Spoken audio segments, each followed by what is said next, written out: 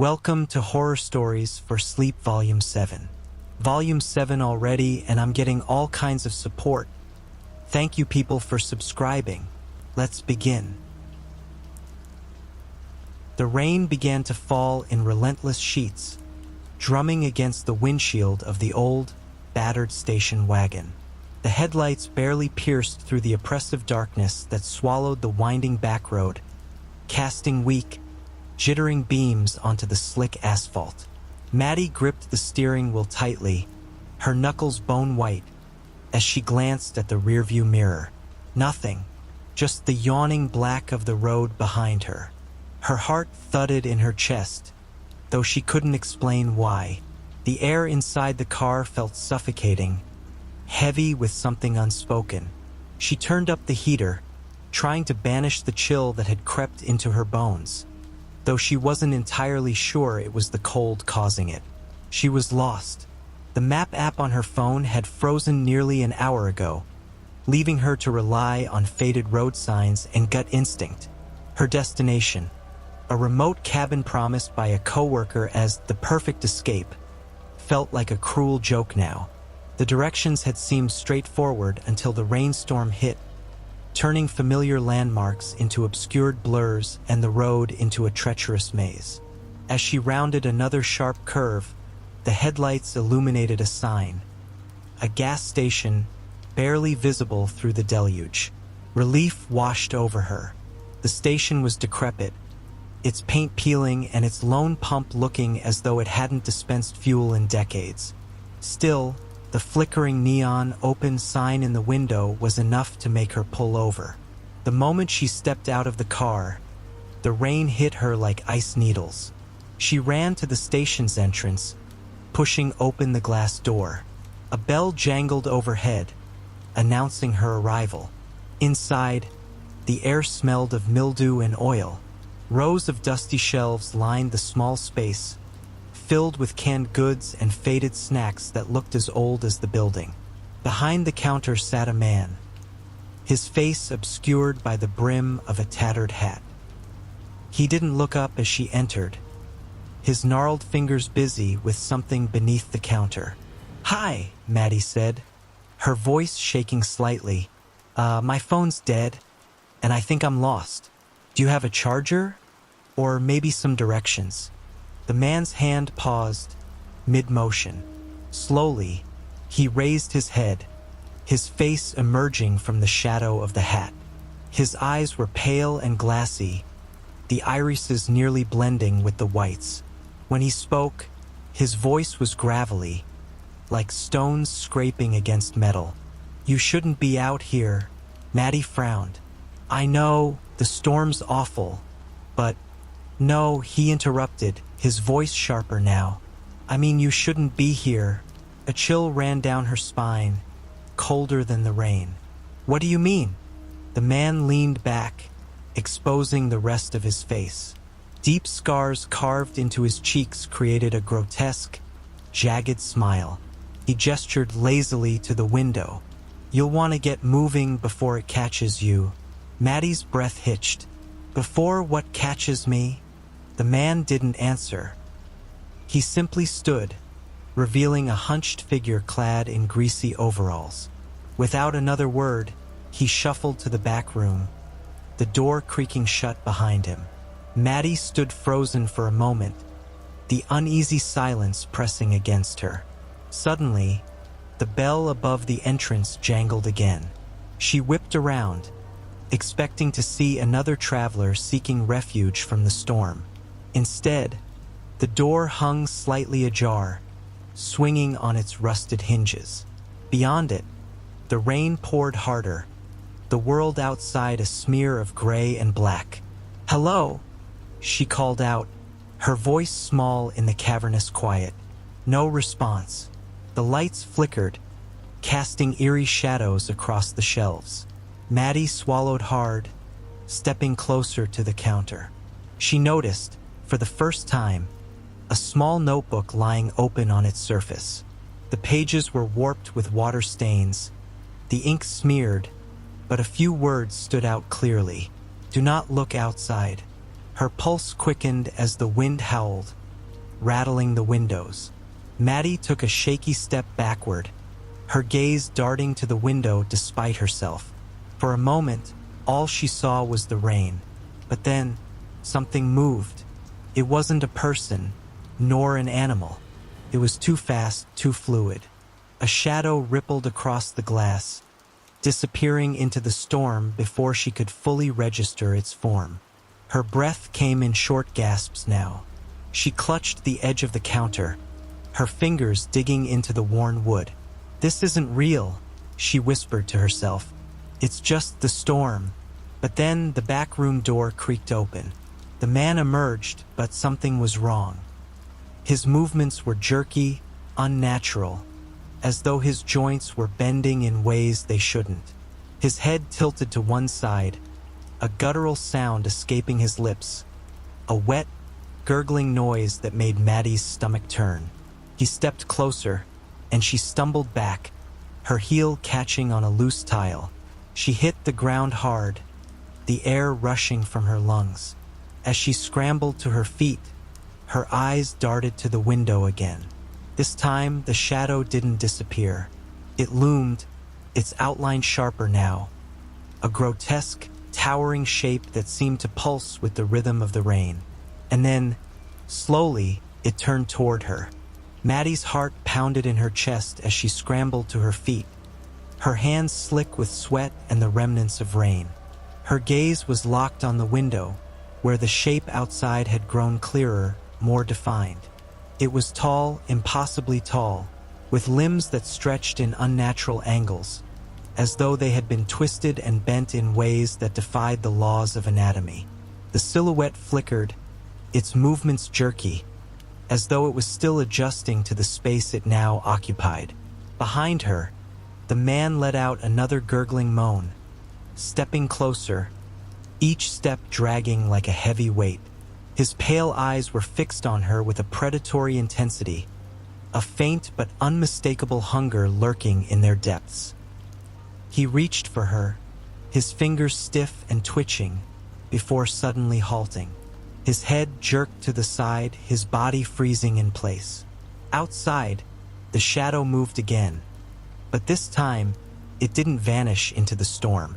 It stepped closer to the window, its presence growing more oppressive, as though it were pressing against the very glass, demanding to be seen. Maddie's breath hitched. The shape seemed to grow larger with every passing second, its distorted form bending and twisting as if it were no longer constrained by the natural order of things.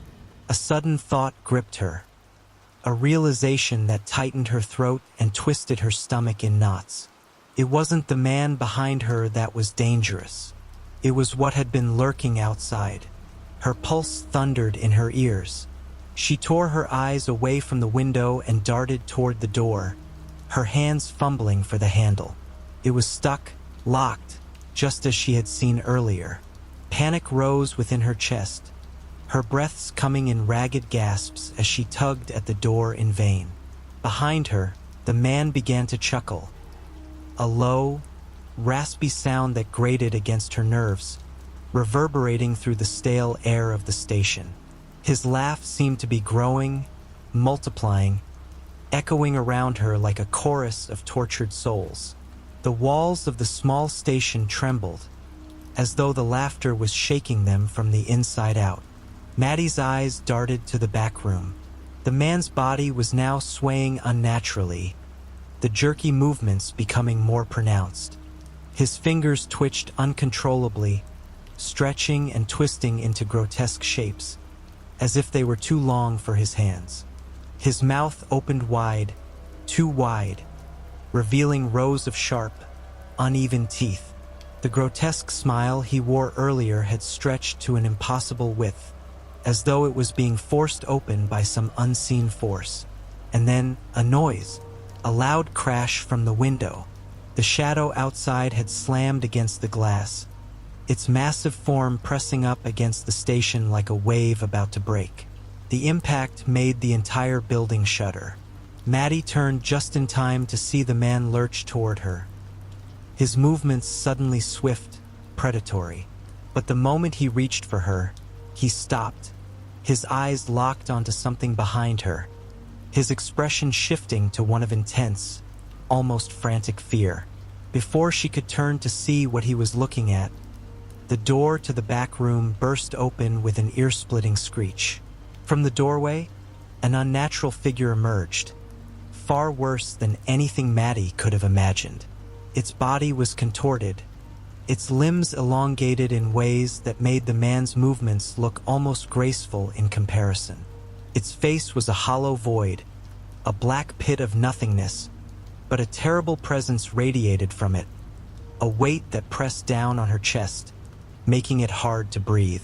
Maddie could feel her pulse racing, her body trembling uncontrollably as the air grew thick with the sound of something skittering just beyond the edges of her perception. She had no choice but to back away, her hands searching wildly for anything she could use to defend herself. But the room was barren, save for the shelves of decaying goods. The thing in front of her moved again, its grotesque body scraping against the walls, its limbs twitching and jerking like something out of a nightmare. It seemed to be drawn to the man, or perhaps the other way around. The two locked eyes, and in that instant, the air shifted. The man's fear had turned to something else, something darker. The thing's hollow form seemed to swell, as though the very air around it was being consumed by its presence. It advanced toward the man with a slow, deliberate pace. He recoiled, but there was no escape. It was clear now he wasn't just afraid of what was outside. He had been waiting for it. The man's lips curled into a smile again, but this time it was different. It wasn't a mocking grin. It was one of understanding, of shared knowledge that Maddie couldn't begin to comprehend. He opened his mouth to speak, but the words never came. The thing reached out, grabbing him with unnatural speed, its hands folding around his head like a vice. The man let out a strangled scream, but it was cut off as the creature pulled him into the darkness. Maddie's heart leapt into her throat as she spun toward the door, realizing that the only way out was through whatever that thing was. She ran, every muscle in her body screaming for her to get away, to escape from the nightmare that had been closing in on her since she arrived.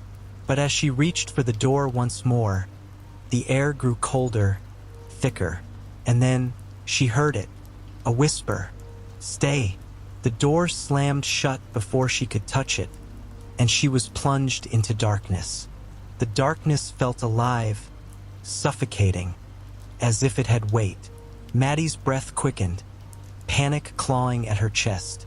Her eyes strained, desperately searching for something, anything, that could offer her a clue, a way out. But there was nothing. No light, no sign of the twisted figure that had just consumed the man. Only the sound of her own heartbeat, pounding so loudly in her ears that it drowned out everything else. A shiver crawled up her spine.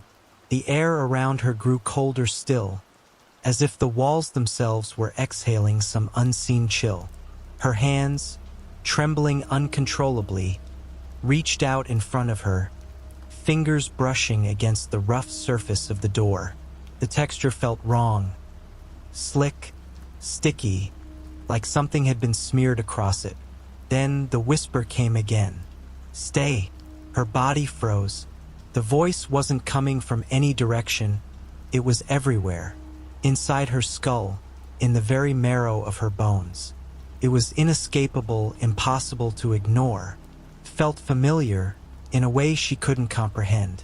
She hadn't heard it before, but it felt like something she had known forever, something that had always been a part of her. Maddie gritted her teeth and slammed her palm against the door, as if by sheer force she could break through the paralysis it had caused. She had to get out, had to find a way to escape before whatever had taken the man could claim her too. But the door didn't budge. A low, guttural noise filled the space, like the creaking of old bones or the groan of something enormous shifting in the dark.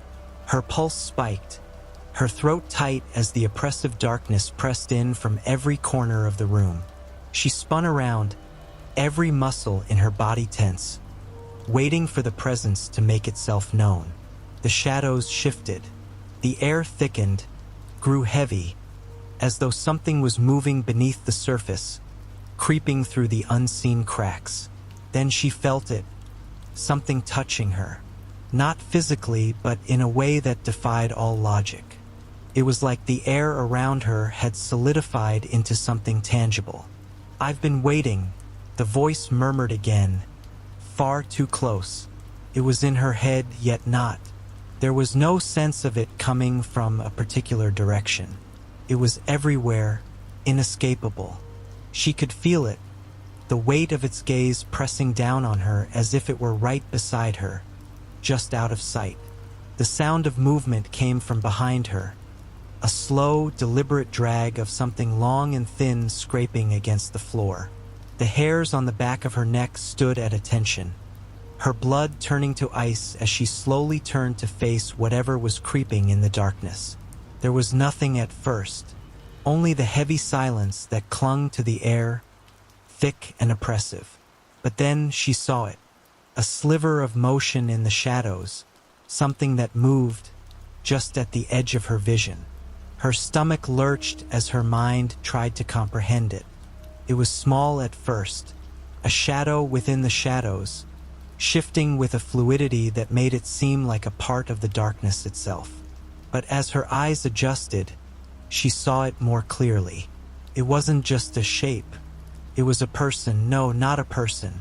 The outline of a person, perhaps, but twisted and malformed in a way that made her stomach churn. Its limbs were too long, too thin, like they had been stretched beyond reason. Its body moved in disjointed jerks, as though it was struggling to hold itself together. Each movement was unnaturally fast, too quick to follow, too erratic. Its head swiveled at an impossible angle. Its eyes, if they could even be called eyes, glowed faintly in the dark, two pale smears in the black void where its face should have been. The creature made no sound, its movements as silent as the darkness around it. But Maddie could feel it, feel its presence inching closer, even though she couldn't see it clearly. It was everywhere and nowhere all at once. She took a hesitant step back, her breathing shallow and quick, but her feet felt like they were sinking into the floor. The air thickened again, wrapping around her like a physical force, pressing her against the door, preventing her from moving. The silence was deafening now, broken only by the faint, wet sound of something dripping, something large, something alive. The creature's head snapped to one side, its neck twisting at an impossible angle. For a brief moment, the glowing remnants of its eyes met hers. Then it smiled. The grin was stretched across its face, impossibly wide, its jagged teeth too numerous, too sharp to belong to any human being. It wasn't a smile of joy. It was the smile of something hungry, something that had been starved for far too long. And it wasn't smiling at her. It was smiling at the door behind her. Her breath caught in her throat. She knew what was on the other side. She knew what it wanted. The thing wasn't after her. Not yet. It was waiting for the door to open. Maddie's mind raced. The thing, whatever it was, wanted her to open the door. But why? What was behind it that could possibly interest something so wrong? She had no time to answer her own questions as the air grew denser, pulsating with an unseen energy that made her teeth ache. It felt like the room itself was alive, contracting and expanding in rhythm with her panicked breaths. The creature tilted its head further, the grotesque smile growing wider. Then it raised a hand, or what she assumed was a hand. The limb was skeletal, stretched unnaturally long, the fingers tapering into jagged points, pointed directly at her, then at the door. Its intentions were clear. Open it. No, Maddie muttered, her voice barely a whisper against the oppressive silence. She pressed her back against the door, her palms flat against the sticky surface as if she could physically hold it shut. I won't. The creature's smile faltered. Its head jerked forward, twitching violently as its entire body contorted into an unnatural pose, almost as if it was testing its limits. The room filled with the sound of something cracking bones, or perhaps the very walls themselves. The creature leaned closer, its glowing eyes now mere inches from her face, though there was still an insurmountable gulf of shadow between them. "You don't understand," the voice whispered. Not from the creature's non-existent mouth, but from everywhere at once. It was colder now, more insistent, laced with something that felt disturbingly like desperation. "It's not for me." Maddie shook her head, her body trembling. "I don't care. I'm not opening it." Her defiance seemed to amuse the creature.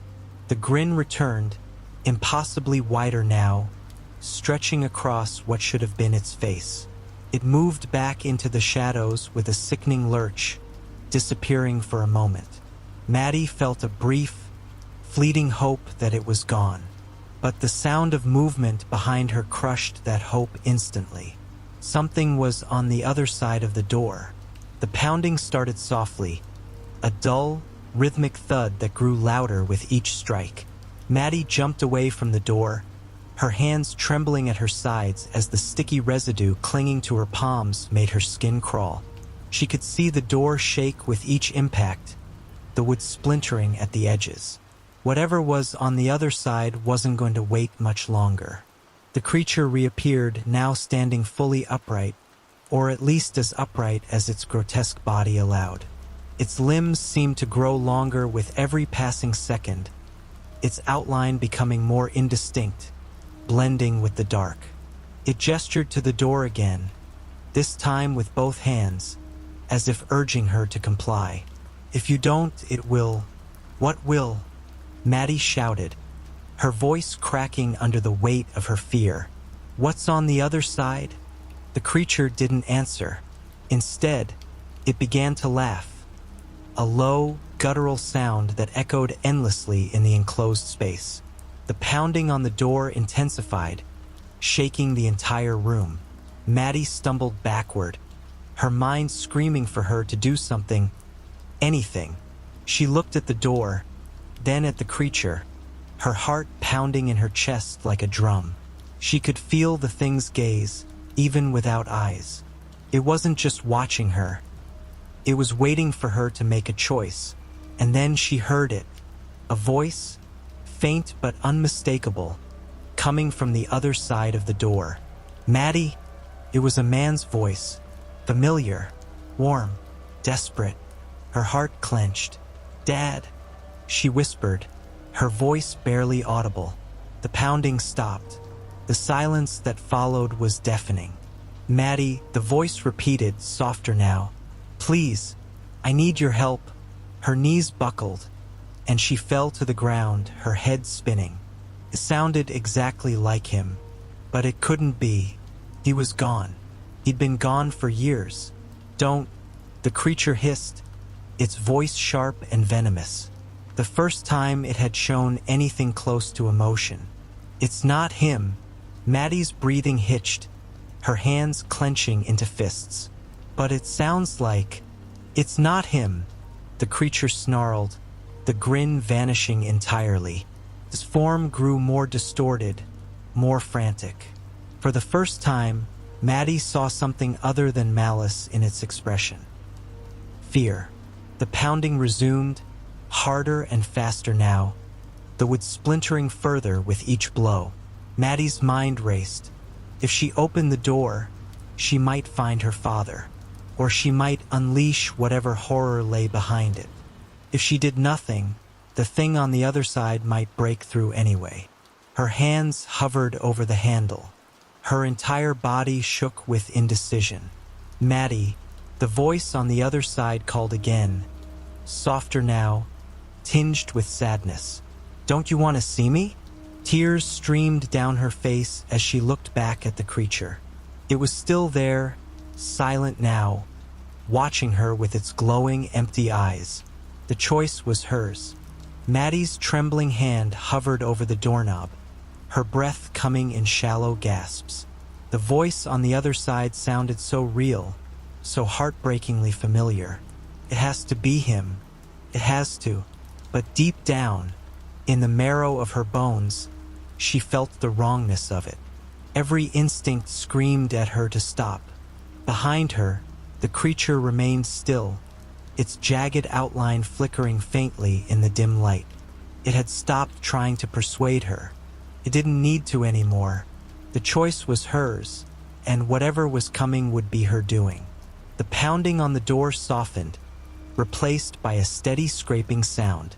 It was rhythmic, deliberate, like nails dragging against wood. Maddie cringed at the sound, her teeth grinding together.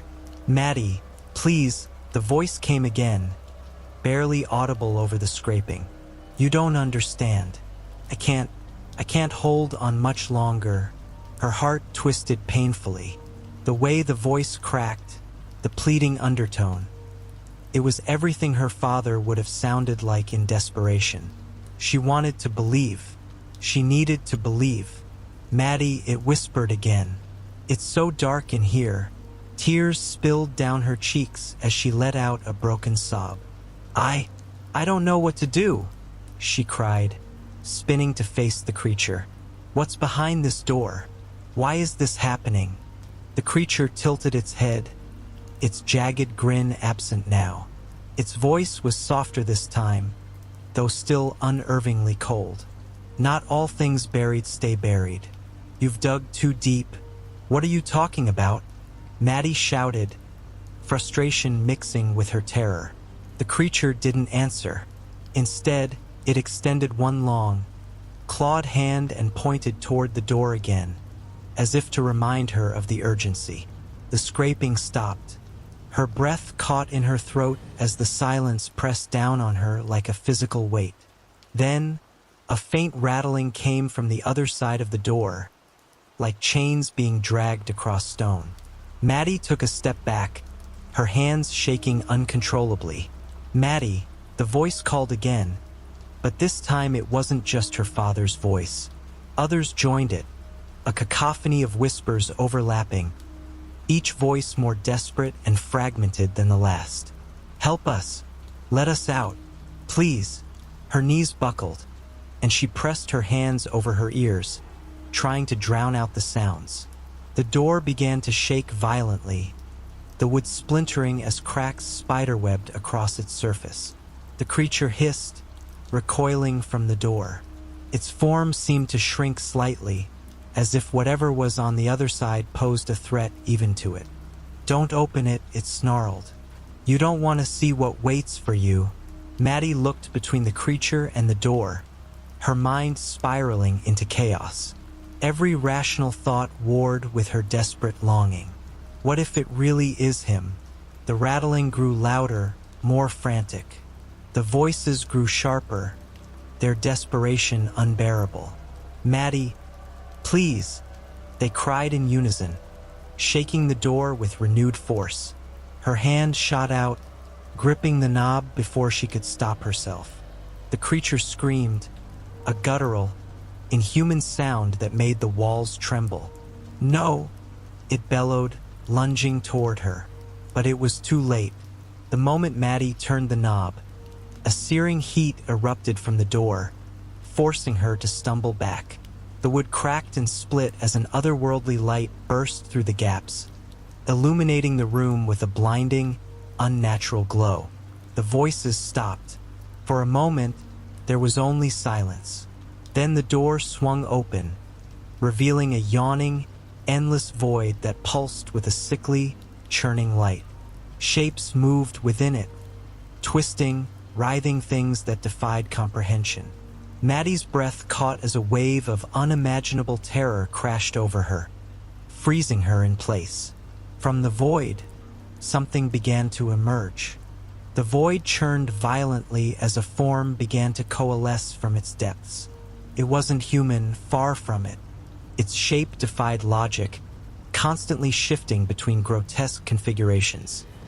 Sprawling appendages, impossibly large eyes, and a pulsating mass that seemed alive in its own twisted rhythm. Maddie staggered back, her breath hitching as a wave of nausea and terror threatened to consume her. The creature's presence was overwhelming, its sheer size and power pressing against her mind, as though it could crush her with thought alone. The voices that had begged her for salvation were gone, replaced by a low, guttural hum that resonated deep within her chest. The door frame splintered and cracked as the entity fully emerged, its bulk folding and unfolding into impossible shapes. Maddie tried to scream, but no sound escaped her lips. The creature didn't lunge or attack. Instead, it watched, not with eyes, but with an all-encompassing awareness that stripped away any illusion of safety she had clung to. The jagged creature that had been taunting her recoiled, its form shrinking to a shadowed wisp. "You've doomed us all," it whispered, its voice trembling for the first time. Maddie's knees buckled as the entity shifted closer, the void behind it expanding and consuming the walls of the room. Reality itself seemed to warp and twist in its presence. She felt her body unraveling, not physically, but in some deeper, more terrifying way. "Why?" she managed to choke out, her voice barely audible. "Why me?" The creature didn't answer, but she felt its response, an overwhelming sense of inevitability. It wasn't malice or rage that drove it. It was hunger. Maddie's choice had only opened the door to what was always waiting. The void surged forward, swallowing the floor beneath her feet.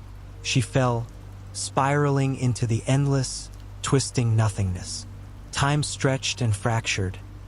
Moments felt like years, and years felt like moments. Maddie's memories splintered apart, each fragment devoured by the churning void. And yet, she was aware, painfully aware, as her identity unraveled. She became one of the countless voices she had heard before, trapped in the void, endlessly calling out for help to anyone who might dare to listen. The door slammed shut with a deafening finality. In the small, empty room, silence returned. The jagged creature reappeared, alone once more. It slithered toward the closed door, its form flickering as it muttered to itself. "Another fool," it hissed, voice dripping with disdain. "Always another," but as it retreated into the shadows, the faintest crack reappeared in the door's surface. And somewhere, far away, another soul began to hear the whispers.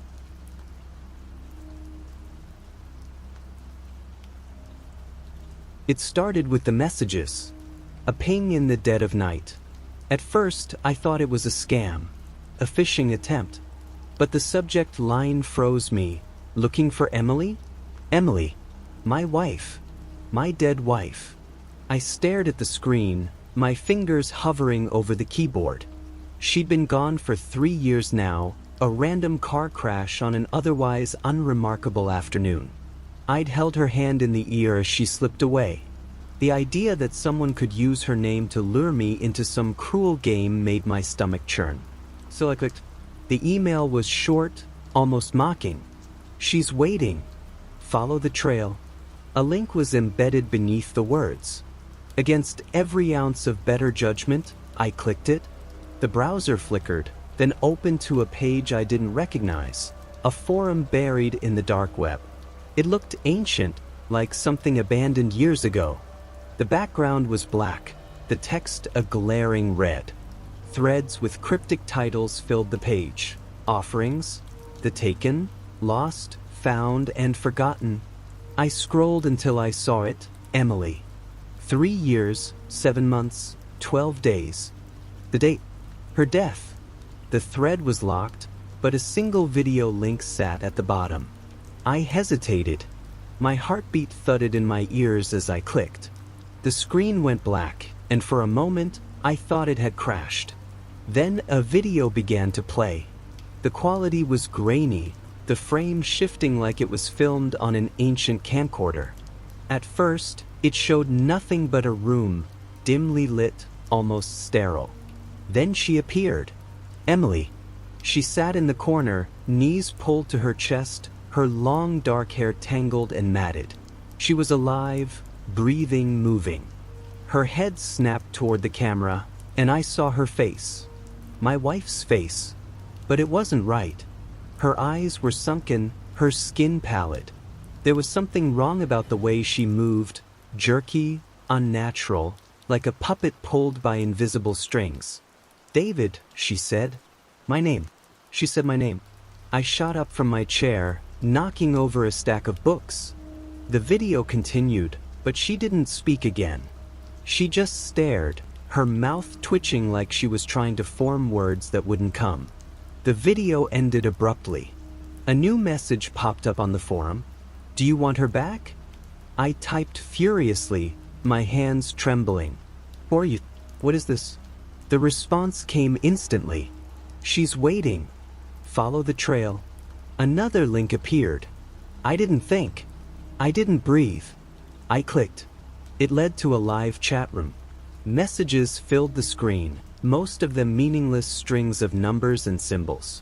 A single user with the name Guide72 was typing. "You're ready then?" "Ready for what?" I typed back, my heart pounding. "The truth. She's not dead. She was taken. Sold." My blood ran cold. "What do you mean, sold?" "The ones we lose are never really gone. You've seen her, haven't you?" The grainy image of Emily's haunted face filled my mind. I wanted to scream, to demand answers, but instead I typed, "What do I do?" A new window opened. It was a payment screen. The amount was staggering, but I didn't care. I liquidated everything in minutes. Savings, investments, even the emergency fund Emily and I had once joked about using to retire early. When the transfer was complete, the chat room returned. "Coordinates. Bring no one. She'll be waiting." The screen went blank. I drove through the night, the GPS locked on the coordinates they'd sent me. The directions led deeper and deeper into nowhere, long stretches of road lined with skeletal trees and no sign of life. I hadn't seen another car in over an hour. The farther I drove, the worse the roads became. Potholes, gravel, and eventually just dirt. My headlights illuminated a winding path that seemed to have no end. A cold wind whipped through the cracked window, and I couldn't shake the feeling that I was being watched. When I reached the destination, the car's navigation froze. The screen flickered and went dark, leaving only an empty field ahead. A decrepit barn loomed in the distance, barely visible under the pale glow of the moon. I grabbed the flashlight from the passenger seat, stepped out, and approached the structure. Every step felt heavier than the last, the crunch of dirt beneath my boots deafening in the silence. The barn door hung slightly ajar, creaking faintly in the breeze. Inside, the smell hit me first, a sickly sweet stench of decay. The flashlight's beam swept across the interior, revealing rusted tools, broken planks, and stains that had seeped into the dirt floor. In the far corner, something glinted, a camera mounted on a tripod, its lens pointed at a chair in the center of the room. Emily was sitting there. She wasn't bound, but her hands rested limply on the armrests as though she had no strength left to move. Her head lolled forward, hair obscuring her face. "Emily," I whispered, my voice trembling. Her head snapped up and I froze. Her eyes met mine, but they weren't the eyes I remembered. They were glassy, unfocused, and hollow. Her lips parted, and a hoarse sound escaped. Not quite a word, but a garbled imitation of my name. Something moved behind her. The flashlight caught a shadow, tall, spindly, and wrong. It wasn't human. It didn't move like one either. It crept closer, just out of the light, and Emily's body stiffened. Her head jerked to the side, her neck twisting at an unnatural angle. "Go," she rasped, her voice barely audible. I couldn't move. My feet felt rooted to the ground. The thing stepped forward. Its limbs were too long, its face obscured by something. A mask, perhaps, or a warped distortion of its features. It reached out, placing a hand on Emily's shoulder. She didn't flinch. She didn't fight. She just stared at me, her lips trembling like she was trying to say something important. "David," she said again, and this time there was a flicker of something, desperation maybe. "It's not me." The creature's head tilted sharply, as if studying me. Then it spoke, its voice a low, guttural rasp. "You're too late." Emily's body convulsed violently, and a sickening crack echoed through the barn. Her head slumped forward, lifeless. The creature let out a guttural laugh before fading into the darkness, its form dissolving as if it were never there. The camera beeped. A red light blinked, indicating it was still recording. My legs felt like they were made of lead, but I forced myself to move. The flashlight in my trembling hand barely illuminated the scene ahead. The chair where Emily's lifeless body slumped forward, the blinking red light of the camera, and the yawning darkness beyond. Every instinct screamed at me to turn around and run, but I couldn't leave her. Not like this. "Emily," I choked out, my voice barely audible over the pounding of my heart. I stepped closer, the beam of light flickering as my grip faltered. Her body didn't move. The unnatural angle of her head, the slackness of her limbs, it was undeniable. But then I saw something that made my stomach churn. Her chest moved. Barely. A shallow, uneven rise and fall, as though her body was struggling against itself just to breathe. I reached out to touch her shoulder, but before I could make contact, her hand shot out, gripping my wrist with a strength that didn't belong to her. Her head jerked up, and her eyes snapped open.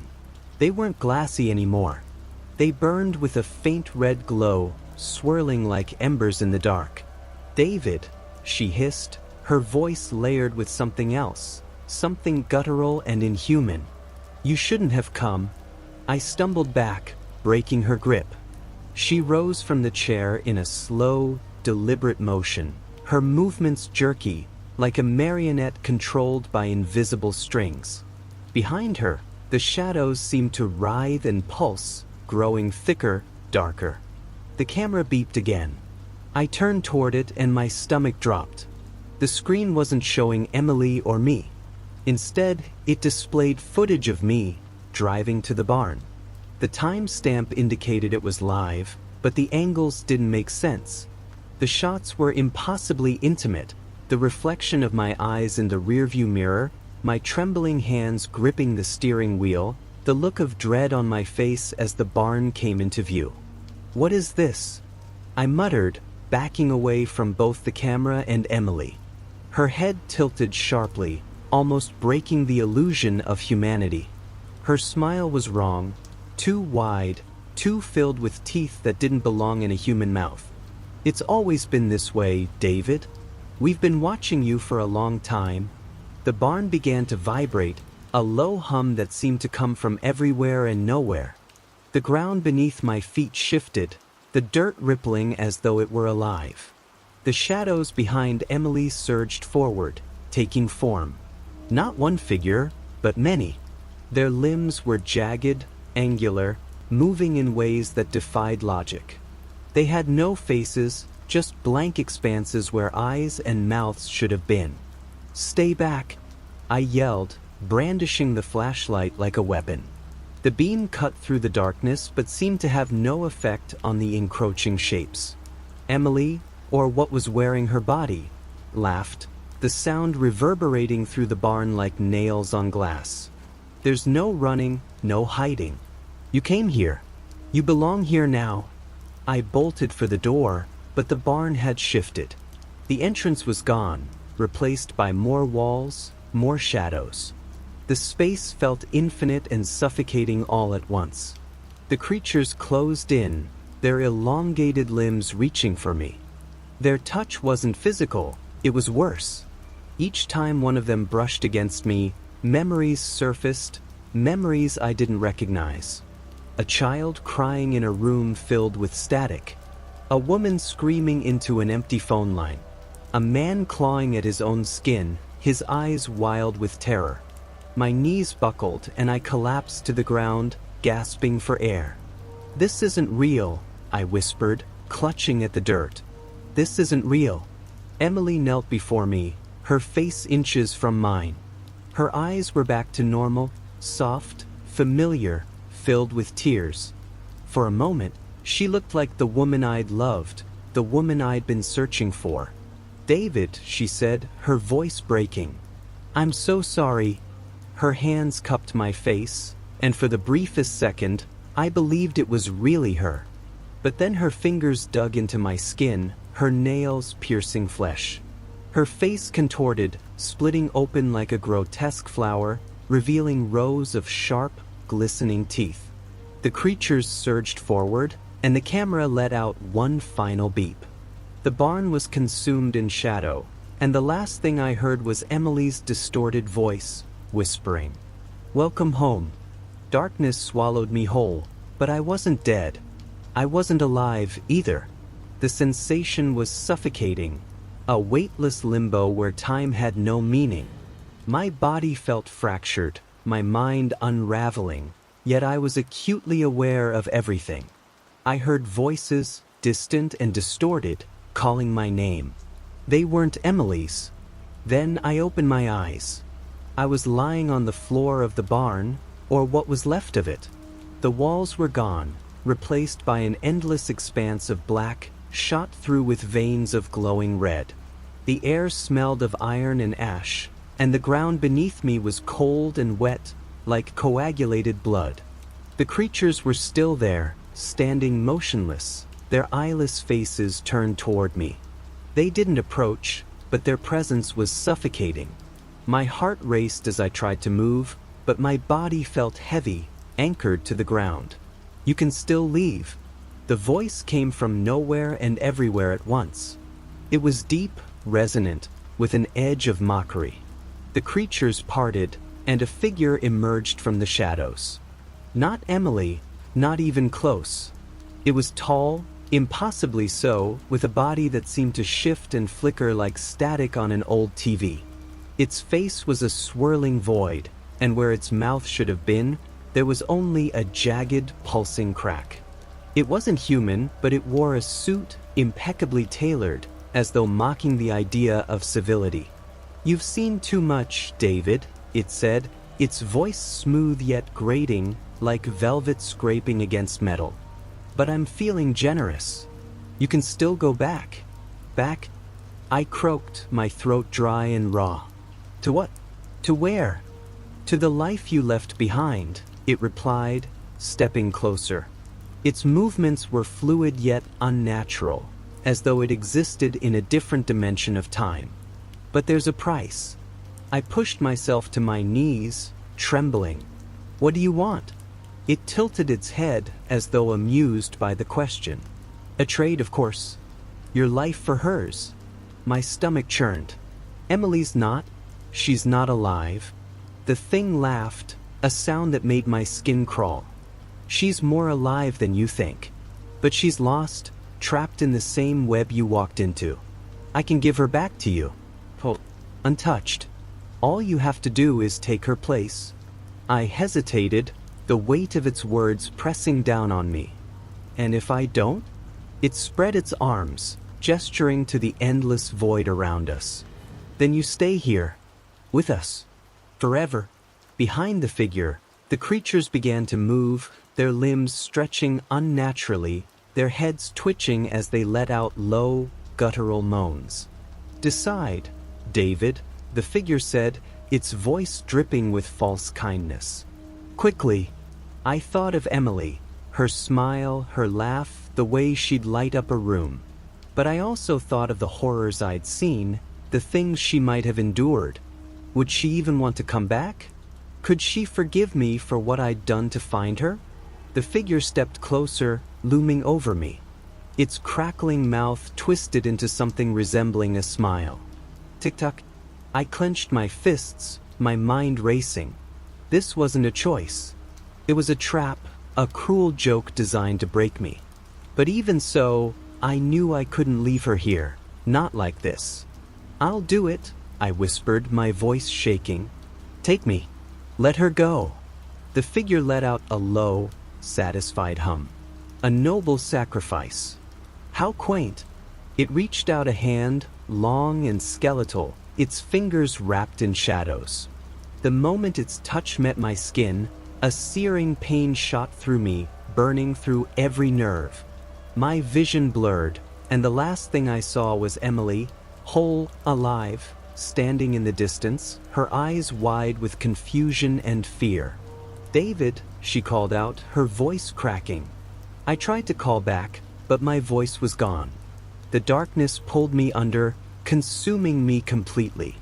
Pain radiated through my chest, spreading like wildfire as the darkness coiled around me. It wasn't death, it was transformation. I could feel myself unraveling, piece by piece, as though every fragment of my being was being reshaped, twisted into something unrecognizable. And then the pain stopped. I opened my eyes, or at least I thought I did. The world was no longer a void, but it wasn't the barn either. I stood in a vast expanse of shifting, shimmering space, like the surface of a black lake under a blood-red sky. Shapes moved within the shadows, silent and predatory, watching me from every angle.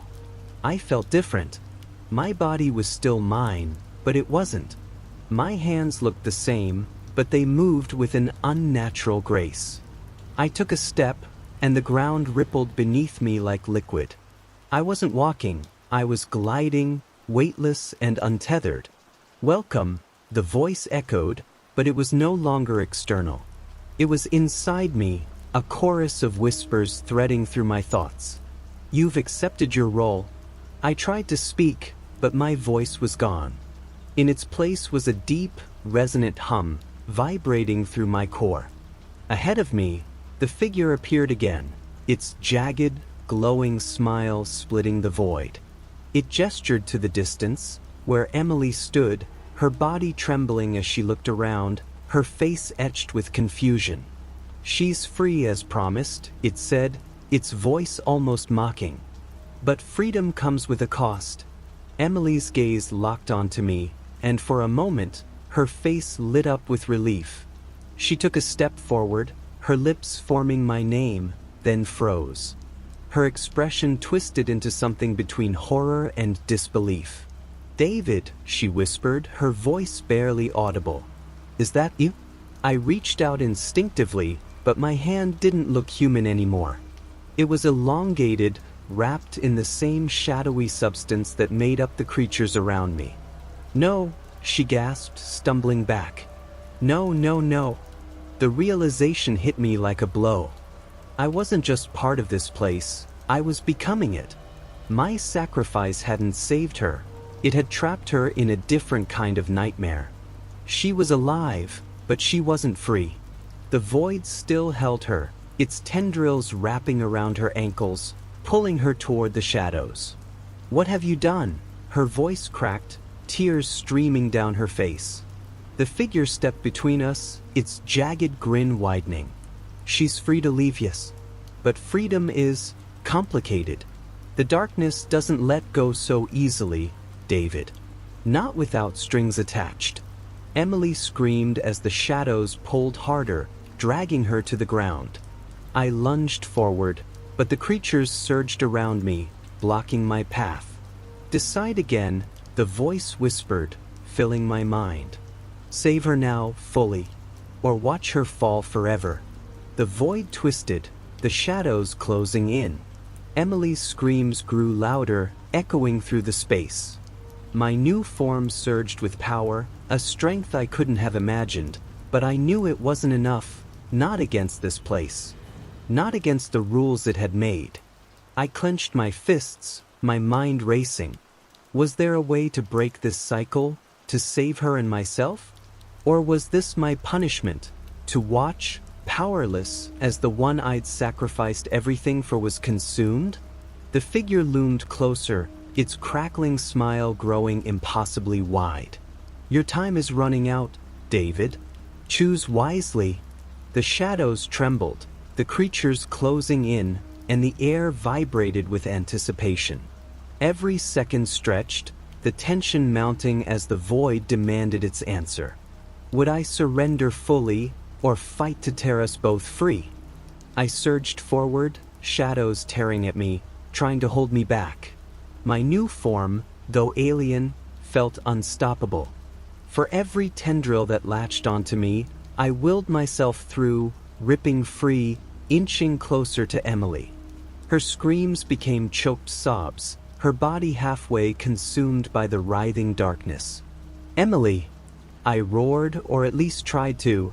What came out was a guttural, otherworldly growl that rattled the air. She looked at me, her eyes wide with desperation.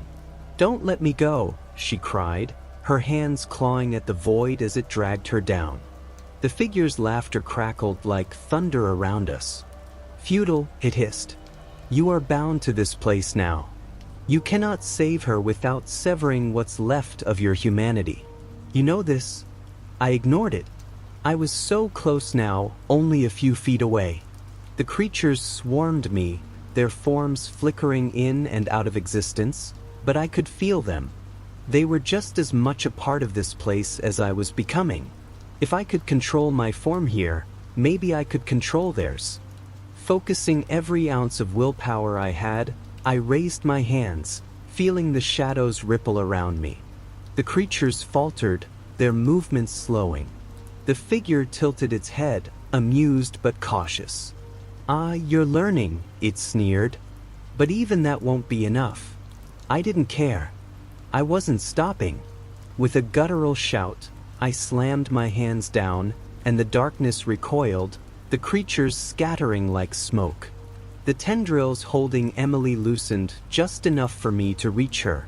Grabbing her wrist, I pulled with everything I had. She screamed as the shadows fought back, their hold on her unrelenting. Her skin felt cold, almost unreal, as though the void had already begun to consume her. "You can't save her, David," the figure taunted, circling us. "You can only trade places. That's the price.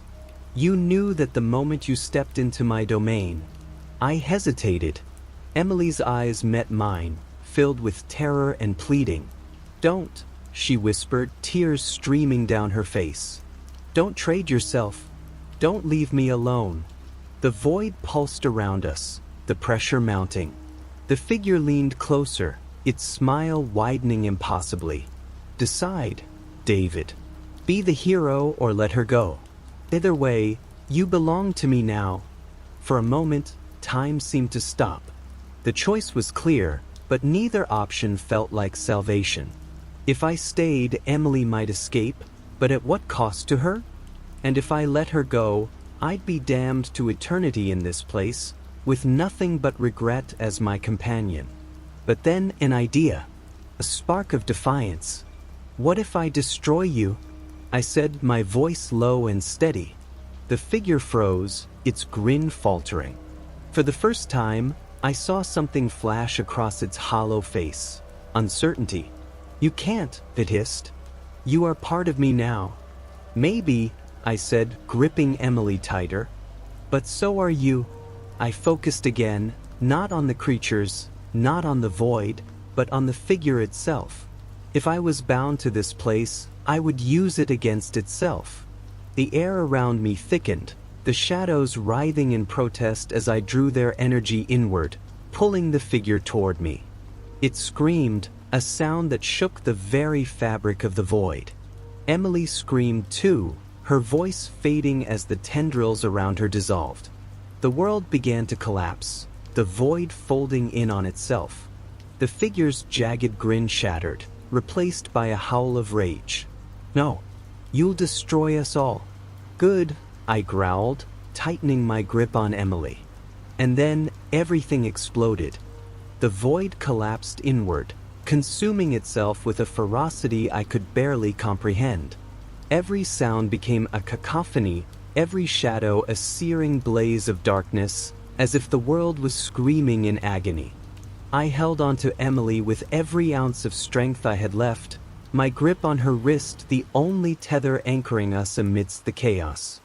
The figure, or what was left of it, thrashed wildly as the void it commanded turned against it. Its once proud voice was now a shattered wail. "You don't understand what you've done," it shrieked.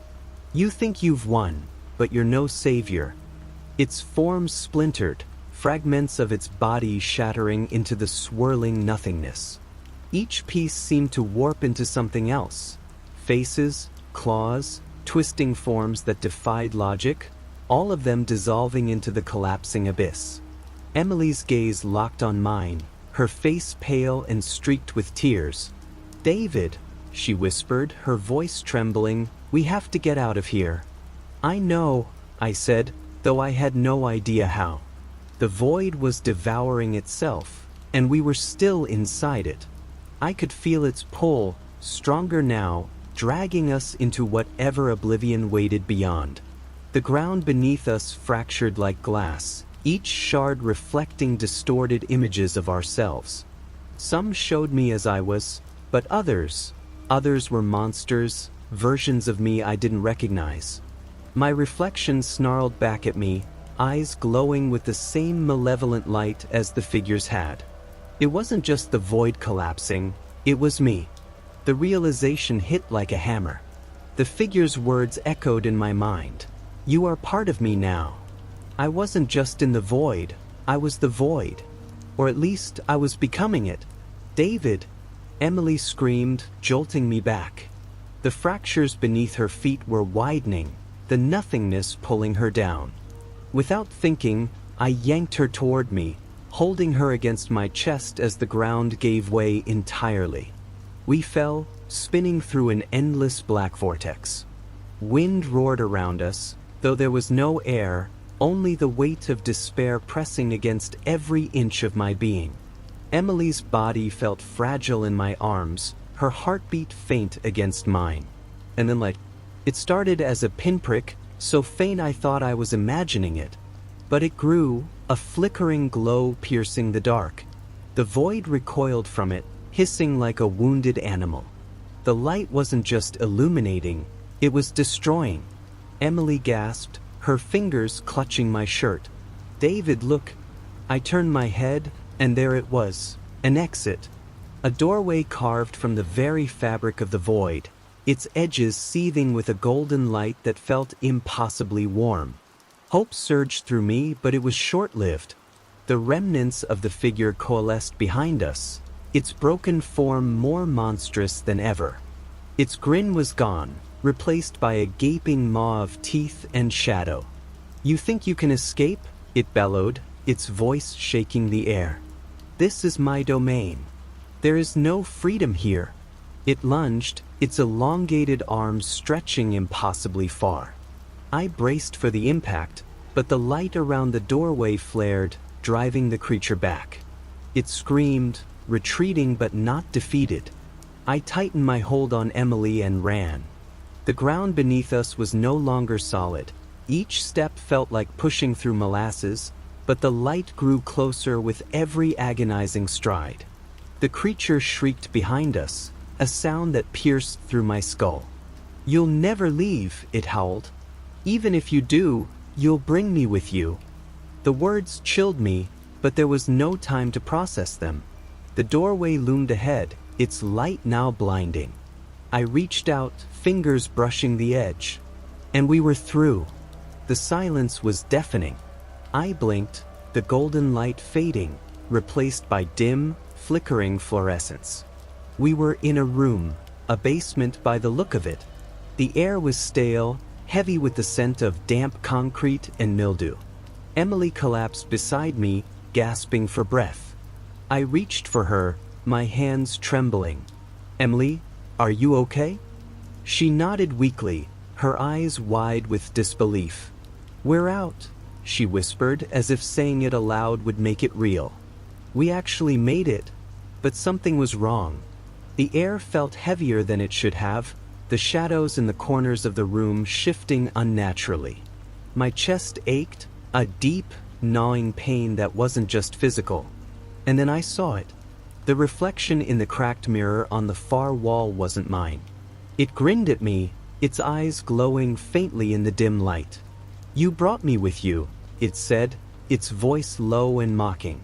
The shadows around the room stirred, coiling like snakes. Emily didn't notice. Her focus was on catching her breath, on convincing herself we were safe. But I knew the truth. We hadn't escaped. Not entirely. The void was still with me, and it always would be.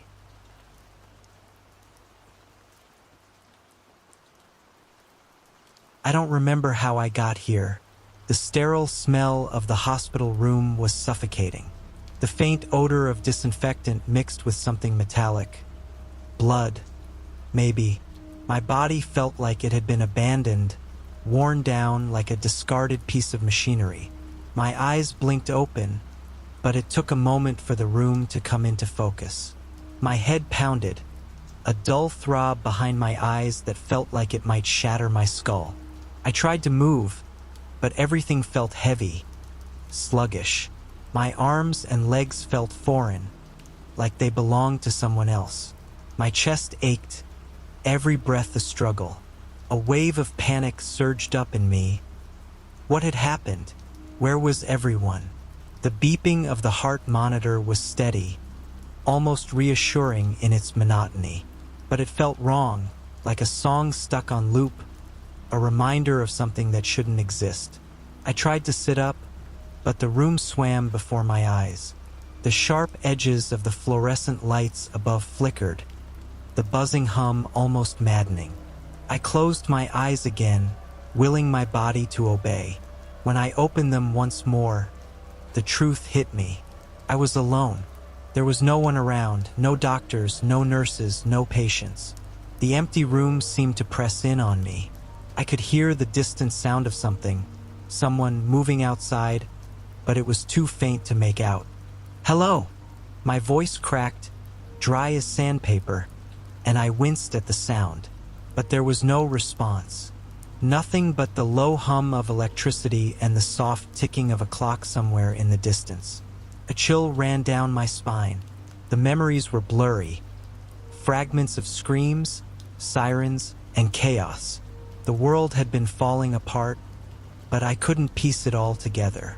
Why was I here? What was I doing here?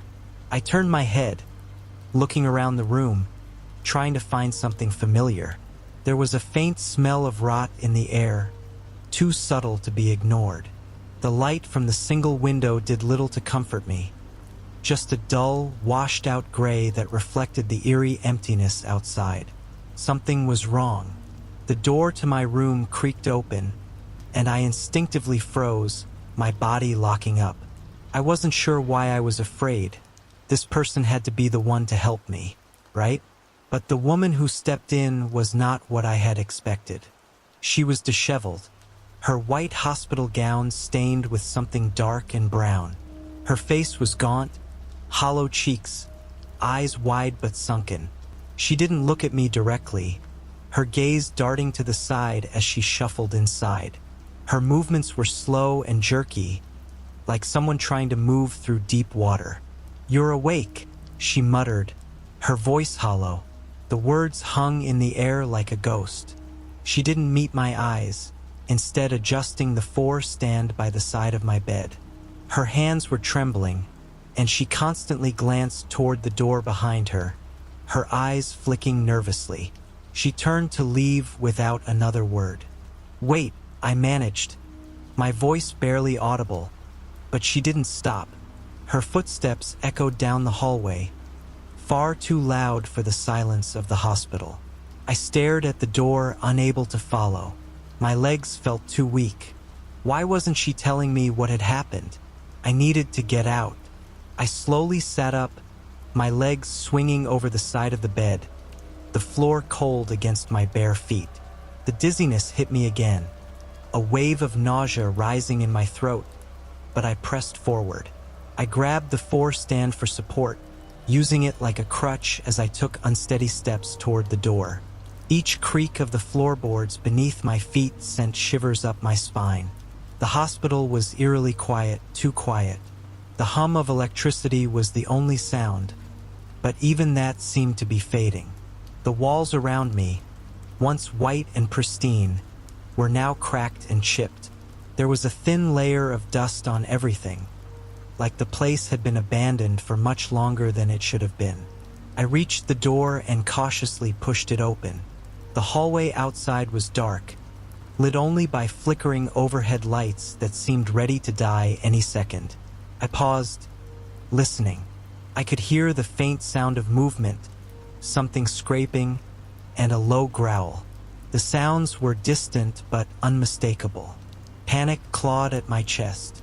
I needed answers. I stepped into the hallway, keeping my back against the wall, moving as quietly as I could. The floor beneath me was cracked, the walls stained with marks I didn't recognize. There was no sign of life, no other doctors or patients. Then I heard something else. A scream, not distant this time, close. It was a sharp, agonizing wail, followed by frantic footsteps and a deep, guttural growl that sent chills down my spine. My body froze, caught between fight or flight. I looked down the hallway. I couldn't see anything yet. The scream echoed again. Then, just as I began to turn, I heard something moving behind me. Slowly at first, then faster, growing closer. I didn't have time to react. Whatever it was already too close. I spun around, my heart racing. A figure appeared from the corner, half stumbling, half crawling toward me. Its skin was pale and stretched tight against its bones, but its eyes, dark and wide, locked onto me. It didn't speak, didn't make a sound other than the horrible groan that escaped its lips. My pulse raced. This thing, it wasn't human. I backed away, my breath coming in ragged gasps. There was no way out. Then more sounds came from the other end of the hallway. More footsteps, more growls, more of them. I didn't know how many, but I could feel them closing in. I had to move. I turned and ran, ignoring the burning in my legs, the dizziness swirling in my vision. The walls seemed to close in as I sprinted down the hallway, the sounds of pursuit getting louder, more frantic. I reached a staircase and rushed down, 2 steps at a time. The darkness of the hospital pressed in from every direction. I couldn't breathe, couldn't think. I burst into the lobby. The scene in front of me stopped me dead in my tracks. The hospital's main floor was nothing like I remembered. Desks and chairs were overturned. Windows had been shattered. Blood smeared the floor and the walls. And there, in the center of it all, was a body. Its eyes were wide open, staring blankly into space, its throat torn out. A puddle of blood formed beneath it. This wasn't a hospital anymore. It was a battlefield. I turned back to the door, desperate to get out. But when I reached it, I froze. The world outside had changed. The city skyline was no longer a familiar sight. Buildings had collapsed, cars were overturned, and the roads were empty, save for the occasional stray cat or dog rummaging through the wreckage. The streets looked abandoned, silent, dead. But then I heard something. The same guttural growl followed by several more. They were close, very close. I backed away from the door, my heart hammering in my chest. I could hear them now closer. The growls, the groans, the unmistakable shuffle of the infected. It was a cacophony of horrors. The walls around me seemed to close in, pressing against my chest as my breath quickened. Every instinct screamed at me to run, but there was nowhere to hide. The hallway behind me was filled with the shadows of movement, the scraping of something against the floor. I turned away from the door, my feet carrying me down another corridor, but my mind was lost, desperately trying to make sense of everything. How had this happened? The world had been normal, had it not? The air was thick with the stench of decay and rot. Each breath I took felt like I was inhaling death itself. I came to another hallway, but it was darker here, almost suffocatingly so. The lights flickered, casting brief shadows that twisted and morphed before disappearing. I could barely make out the distant figures of the infected moving further down the corridor. But something was different about them. They weren't the stumbling, mindless husks I had seen before. These were faster, more deliberate in their movements. They were no longer just mindless creatures, they were hunting. My legs felt weak, my body trembling from the adrenaline coursing through me. But I kept moving. There had to be an exit. There had to be somewhere safe. The hospital couldn't be all there was left. Could it? Suddenly, a loud crash echoed from behind me, followed by a guttural scream. I spun around, heart in my throat, but saw nothing. Just the empty hallway stretching out ahead of me, the flickering lights casting strange shapes along the walls. My breath quickened, my mind racing. Was it too late for me? A loud thud echoed from the stairwell behind me, and then another. Something heavy, a massive shadow cast across the flickering lights. My body screamed to run, but I was frozen in place. Whatever it was coming for me. I turned and bolted down the corridor, my shoes pounding against the tiles, a steady rhythm that was interrupted only by the screeching of doors behind me. I rounded a corner, nearly crashing into a broken doorframe. My pulse roared in my ears. Something caught my foot. A wire? A cable? My body lurched forward, slamming into the ground. Pain shot through my shoulder, but I didn't have time to think about it. I scrambled to my feet, panic surging, my breath ragged in my chest. I could hear them close now. The shuffling, scraping, dragging footsteps were relentless, echoing down the hallway. I found a door, a metal door at the end of the hall. It was locked. I yanked at the handle, trying to force it open. My hand was slick with sweat, fingers trembling as I fumbled for the key. There was no key, no time. I had to think. I had to get away. I glanced behind me. The first of the infected rounded the corner, its eyes wide, its mouth open in a grotesque howl, and its skin stretched tight over its bones. It lunged forward, and I had no choice but to jump to the side. It collided with the metal door, its body crashing against the cold steel, but I knew it wouldn't stay down. I turned and ran again, pushing myself harder than I ever had before. I could feel the coolness of the air from an open window further down, the only sign of any life outside this hellish place. But before I could reach it, I was met with another nightmare. The entire hallway ahead of me was blocked. Walls had been torn down, furniture overturned, debris everywhere. I was trapped. I spun around to find the other infected closer, some limping, others sprinting with unnerving speed. It was no use. They were too fast. I was too weak. Desperation clawed at my chest. I reached out, pushing against the broken wall, trying to find an opening. And then I heard a voice, a faint whisper, barely audible over the chaos. "Jim, Jim, over here." I froze, eyes scanning the rubble. It was the woman from earlier, the one I'd seen before the coma in the hallway. Her face was twisted, her expression frantic as she moved through the darkness toward me. She didn't seem to be concerned with the infected anymore, just her eyes locked on me. "You need to come with me. It's not safe here," she whispered urgently, pulling at my arm. She was shaking, her grip tight, but she wasn't pulling me away from the danger. She was leading me straight toward it. I shook my head, trying to pull away, but the infected were closing in. The whispers grew louder, but her voice remained calm, insistent. "Trust me, Jim. If we don't go now, it'll be too late." The creatures were almost upon us now.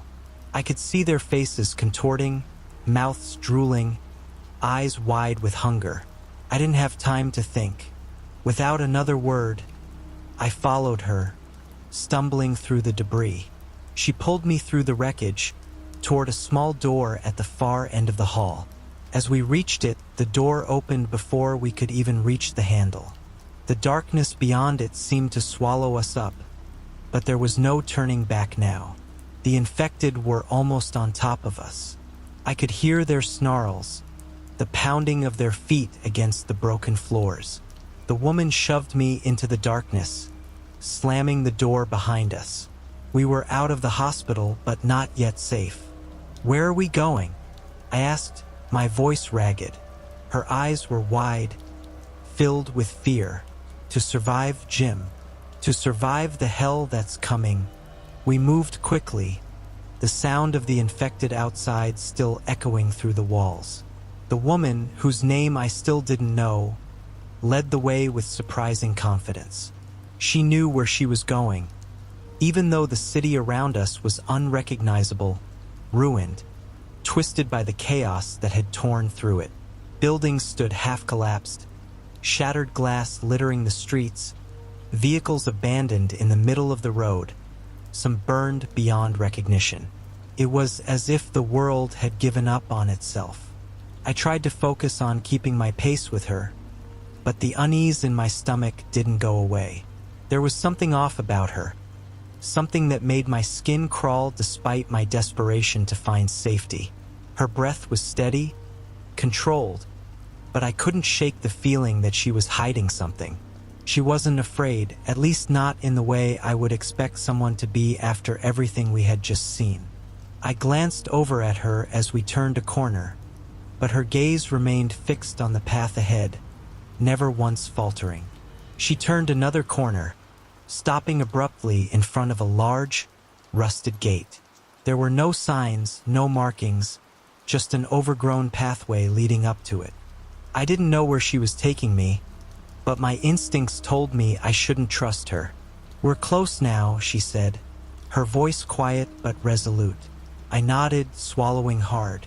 I had no choice but to trust her, for now.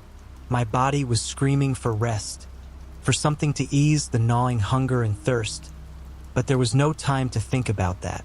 I could hear the infected getting closer, their growls growing louder with every passing second. She reached for a small box by the gate and punched in a code. The heavy metal door creaked open, revealing a small courtyard surrounded by high walls. The air was thick, almost oppressive, and there was a strange stillness about the place, as if nothing had moved here in a long time. "Where are we?" I asked, my voice barely above a whisper. "Safe," she replied, though the uncertainty in her tone made my stomach twist. We stepped inside, and the door slammed shut behind us. The sound of the lock clicking into place echoed through the courtyard like a death knell. The place looked like a makeshift compound, its walls high and reinforced. There were a few people scattered about, though they didn't seem overly concerned with our arrival. Most of them just stared at us from a distance, their faces pale, drawn. They were survivors like us, but something about their eyes told me that they had been through things far worse than I had. We were ushered to a small building near the back of the compound, its windows covered in what looked like thick black tarps. Inside, it was dim, the only light coming from a single flickering bulb overhead. There was a small cot in the corner and a table covered in papers and maps. A few people sat at the table, their eyes flicking up at us as we entered. "You're not the only one who's woken up," the woman said, her voice oddly cold now. "You're not the only one who's survived this long." I didn't know what to say. Everything felt off. My mind was still spinning from everything that had happened. The hospital, the chaos, the infected. I just wanted answers, wanted to know how to make sense of it all. A man at the table stood up and stepped toward me. His face was scarred, his eyes tired, but there was a strange intensity in his gaze. "You're not safe here either," he said flatly. "None of us are. They'll find us eventually. It's just a matter of time." I felt a chill run down my spine. "Who?" I asked, unable to keep the fear from creeping into my voice. "The infected?" He continued, his voice low, almost mocking. "No, not them. They're just animals now. You know that. But there are others. People who want to use us for something. Some kind of experiment. My mind raced. I thought of the whispers I had heard earlier, the ones that had led me into the darkness. Had I been brought here for a reason? The woman, who had been silent until now, stepped forward. "We're not safe because of the infected. We're not even safe from them," she said, her eyes flicking toward the man at the table. "There's something worse out there. Something human." I didn't want to believe it. I didn't want to think that after everything, the nightmare was still just beginning. But the look in her eyes, the cold certainty, told me it was true. "The survivors," the man at the table muttered. "The ones who are behind all of this. They're hunting us." I felt the blood drain from my face. Hunting us? I tried to force out the panic rising in my chest. There had to be a way out of this. There had to be some kind of plan, some escape. But the more I thought about it, the more I realized the truth. This world was no longer the one I had woken up in. Everything had changed, and survival was no longer just about escaping the infected. It was about something far worse. There was a long silence in the room, one that stretched into the thick air. The woman and the man exchanged a look, one that told me they had been preparing for this moment, even though I hadn't yet begun to understand what it meant.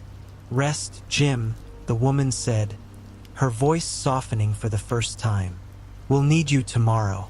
There's a lot you need to learn." And just like that, I realized there was no escape. I wasn't just fighting for my life anymore. I was fighting for something far darker. The apartment complex was nestled in the middle of a quiet street, its windows boarded up, its door reinforced with heavy metal. There was something oddly calm about it, as if the world outside had ceased to exist. The woman led the way again, her footsteps slow and deliberate. I could feel the tension in the air. We had been moving in silence for what felt like hours, the only sound being the occasional shuffle of our feet on the cracked pavement.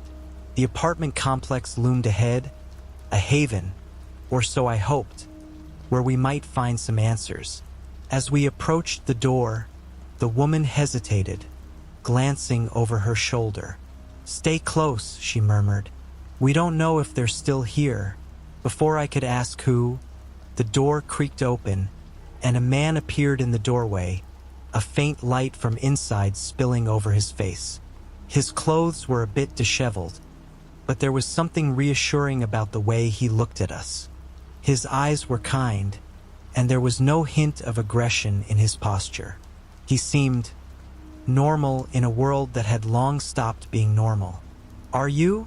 he started, his voice cracking slightly, but then he stopped, as if he could already tell we weren't infected. His gaze shifted to the woman, and then back to me.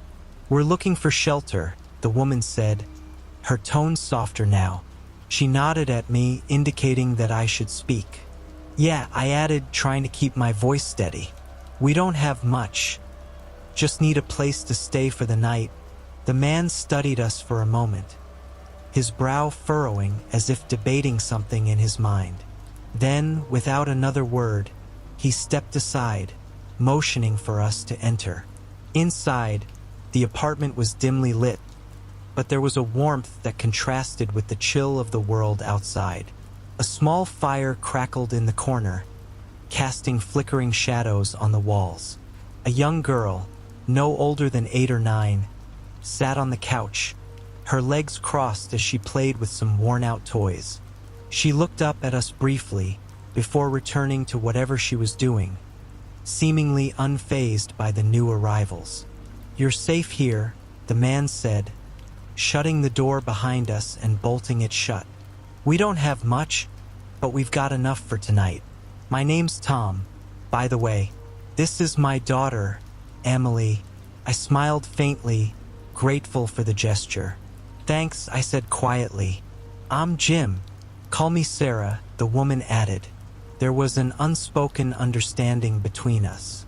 No one asked about the details of the journey we'd been on. No one pressed us about how we had gotten here. It was as if the world had already spoken all the words it had left to say. Tom moved to the stove, lighting a small burner to heat up some soup. The smell of it filled the room, and for the first time in what felt like forever, I realized just how hungry I was. We hadn't had a proper meal in days, and my stomach growled in response. I watched as he prepared the food, his movements deliberate and calm. It was clear that he'd been doing this for a while, living in this new world, adapting to it, surviving. "Where are you headed?"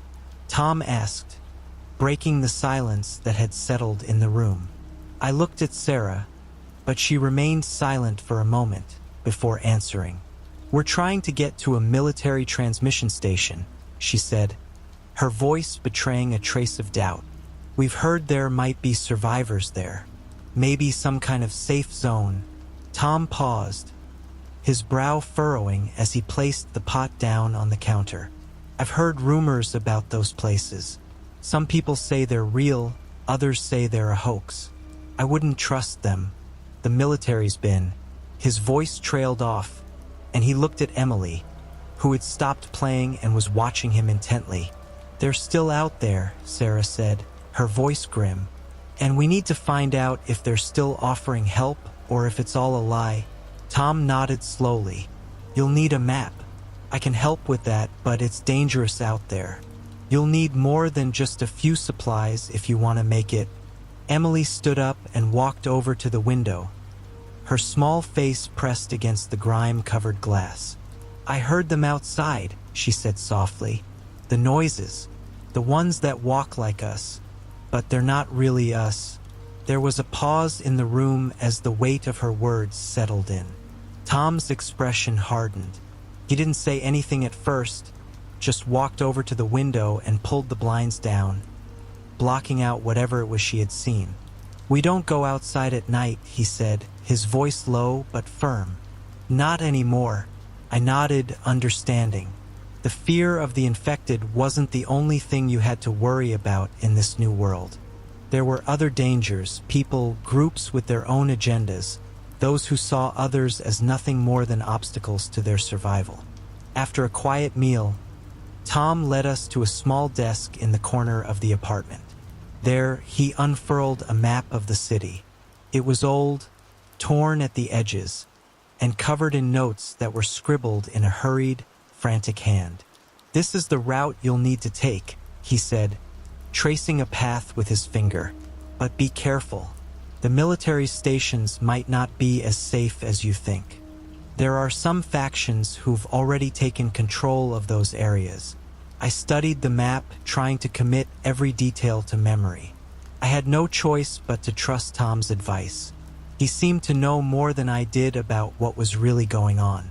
And if there was even a sliver of hope, I had to take it. We packed what little we could carry, preparing for the journey ahead. The night was growing colder, and the wind howled outside. Emily clung to her father as we gathered our things, the weight of the world pressing down on all of us.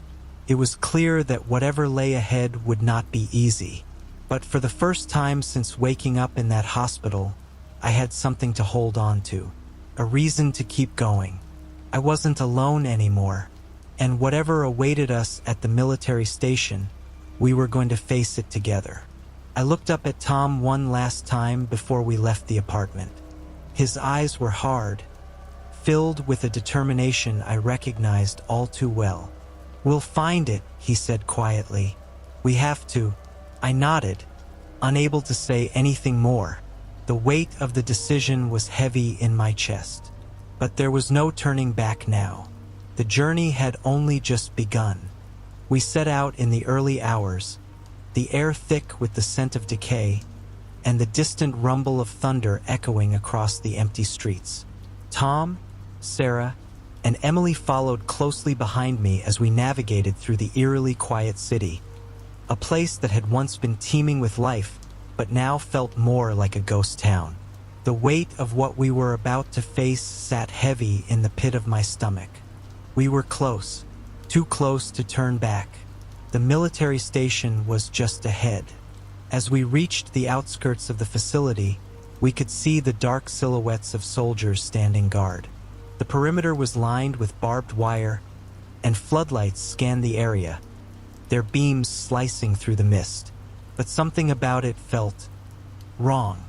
The usual tension you'd expect in a place like this wasn't there. There was a disturbing sense of calm, like they were waiting for something. "We stick to the plan," Sarah whispered, her voice low as we crouched behind a row of abandoned vehicles, peering through the cracked windows. "Get in. See if there's any way to contact other survivors." But as we moved forward, I couldn't shake the feeling that we were being watched. We approached the gate, and just as we thought we might be in the clear, a sharp voice barked from the darkness. "Freeze!" Before I could react, soldiers appeared from the shadows, their guns raised. They moved with practiced precision, surrounding us in an instant. It was too fast, too easy. I had no time to think. "Hands in the air," one of the soldiers shouted, his face obscured by a mask, his eyes cold and empty. He didn't look human anymore. He looked like an automaton, a puppet of the apocalypse. His eyes didn't flicker with emotion, just a cold, distant command. I raised my hands slowly, trying to process what was happening. Tom, Sarah, and Emily were forced to their knees, their faces twisted in confusion and fear. "We don't want trouble," I said, my voice shaking slightly as I glanced at Tom. "We just need to get in touch with other survivors. Please, we don't need survivors." The soldier cut me off. His voice was like gravel scraping against stone. "We need control." And just like that, everything shifted. The soldiers shoved us roughly toward a large truck that sat parked near the gate, its cargo area already filled with the others. Tom struggled, trying to break free, but they were too strong, their grip like iron. Sarah yelled out, pleading with them, but the soldiers only grew more agitated. I saw them drag Emily away, her small hands reaching out for her father in a desperate plea. The soldiers didn't care. They tore her away from Tom and threw her into the truck without so much as a second glance. "Stop!" I shouted, my voice breaking as I lunged forward. I was too late. The truck's doors slammed shut, locking my family inside. I turned toward the soldiers, fury building inside me. They didn't even look at me. It was as though I had become invisible. One of them, the man who had spoken earlier, moved closer, shoving me into the dirt. "You're not worth our time," he sneered, "but you'll wish you never crossed us." I hit the ground hard, the pain radiating through my chest, but I didn't care. My mind was consumed with one thought. I needed to get them back. The soldier turned away from me, signaling to the others. My heart was pounding in my ears. My pulse thrummed in my temples. As the soldiers began to walk toward the truck, my eyes flicked to the ground next to me, where a discarded rifle lay within reach. Couldn't let them take my family. I wouldn't. I grabbed the rifle, my hands trembling but determined. I crawled through the dirt, my body slick with sweat, my mind racing as I loaded the weapon. I didn't know how, but I knew I had to try. The soldiers had no idea what was coming. I moved quietly, as fast as I could, closing the distance between me and the first soldier. He was just out of reach, his back turned to me. Without hesitation, I rose from my crouch and swung the rifle, using it like a battering ram. It hit the soldier with a sickening crack, knocking him off balance. He spun around, reaching for his weapon, but I was already on him, tackling him to the ground. He struggled beneath me, but I managed to disarm him and press the barrel of the rifle to his chest. "Move, and I'll shoot," I snarled, my hands shaking with adrenaline. The soldier's eyes widened, his hands raised in surrender, but I wasn't taking any chances. The rifle was heavy in my hands, but it felt right. The weight of it steadied me. I moved swiftly, taking down 2 more soldiers before they even realized I was there. One tried to radio for backup, but I was already on top of him, slamming the butt of the rifle into his head. He crumpled to the ground like a rag doll. The rest of the soldiers began to scatter, but I was relentless. Each one I took down only fueled my rage, and the memory of my family being torn away from me kept me going. I couldn't let them get away with this. I couldn't let them take my family. I moved like a shadow, silent but deadly. Every shot, every movement was calculated. I could hear the chaos unfolding around me. The sound of boots hitting the ground, the shrill crack of gunfire. But none of it mattered. Nothing mattered except getting them back. The last soldier stood, staring at me in disbelief. I could see the fear in his eyes now. He raised his weapon, but I was faster. The rifle shot rang out and he collapsed, falling forward with a soft thud. Breathing heavily, I surveyed the carnage. The area was silent now, save for the distant hum of the wind. The truck with my family inside was still parked near the gates, but I knew I had no time to waste. I sprinted toward it, ignoring the searing pain in my side. I had to get to them, had to find a way to free them. But as I reached the truck, I heard a voice, a familiar voice, call my name from behind. Jim, Jim, stop. I turned, startled, and saw Sarah running toward me, her hands raised. She was covered in dirt, but she was alive. She looked frantic, her eyes wide. Don't go in there, Jim, she shouted. It's a trap. The soldiers, there's more of them. They wanted us to get close. My heart stopped. Then how? We need to move. They know what you did. The rest are coming. I turned, looking at the truck and the chaos surrounding it. Sarah was right. The nightmare was far from over. We hadn't won. Not yet. I grabbed her arm, pulling her with me. We're getting out of here now. We turned on our heels and started running, the distant sound of footsteps and shouting echoing behind us. The military base that once seemed like our salvation now felt like a death trap, a ticking time bomb ready to explode. Every step I took felt heavier, like the ground itself was trying to swallow us whole. We sprinted through the narrow alleyways, dodging debris and shattered windows. Sarah kept glancing over her shoulder, eyes wide with fear. I could hear her shallow breaths, feel her hand shaking in mine. We have to keep moving, I urged, my voice hoarse. But even as I spoke, I knew the odds were stacked against us. The soldiers we'd taken down had already sent word to their reinforcements. We were outnumbered and surrounded, but there was no choice. There was no place to hide. We reached a dead-end street, the tall, crumbling buildings on either side offering no cover. My mind raced as I scanned the area, trying to figure out our next move. Over there, Sarah pointed to a dark alley between two buildings. It looked like a tight squeeze, but it was our only option. We dashed toward it, pushing our way through the narrow passage. The walls were lined with rotting wood and broken bricks, the stench of decay thick in the air.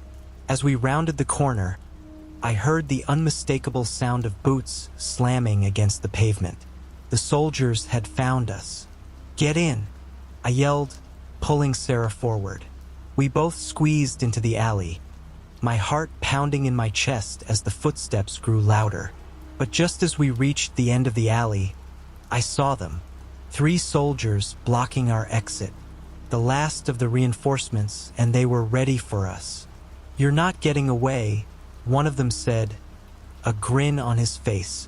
It was the same man I'd seen earlier, the one who had taunted me before. His eyes gleamed with cold amusement as he leveled his rifle at us.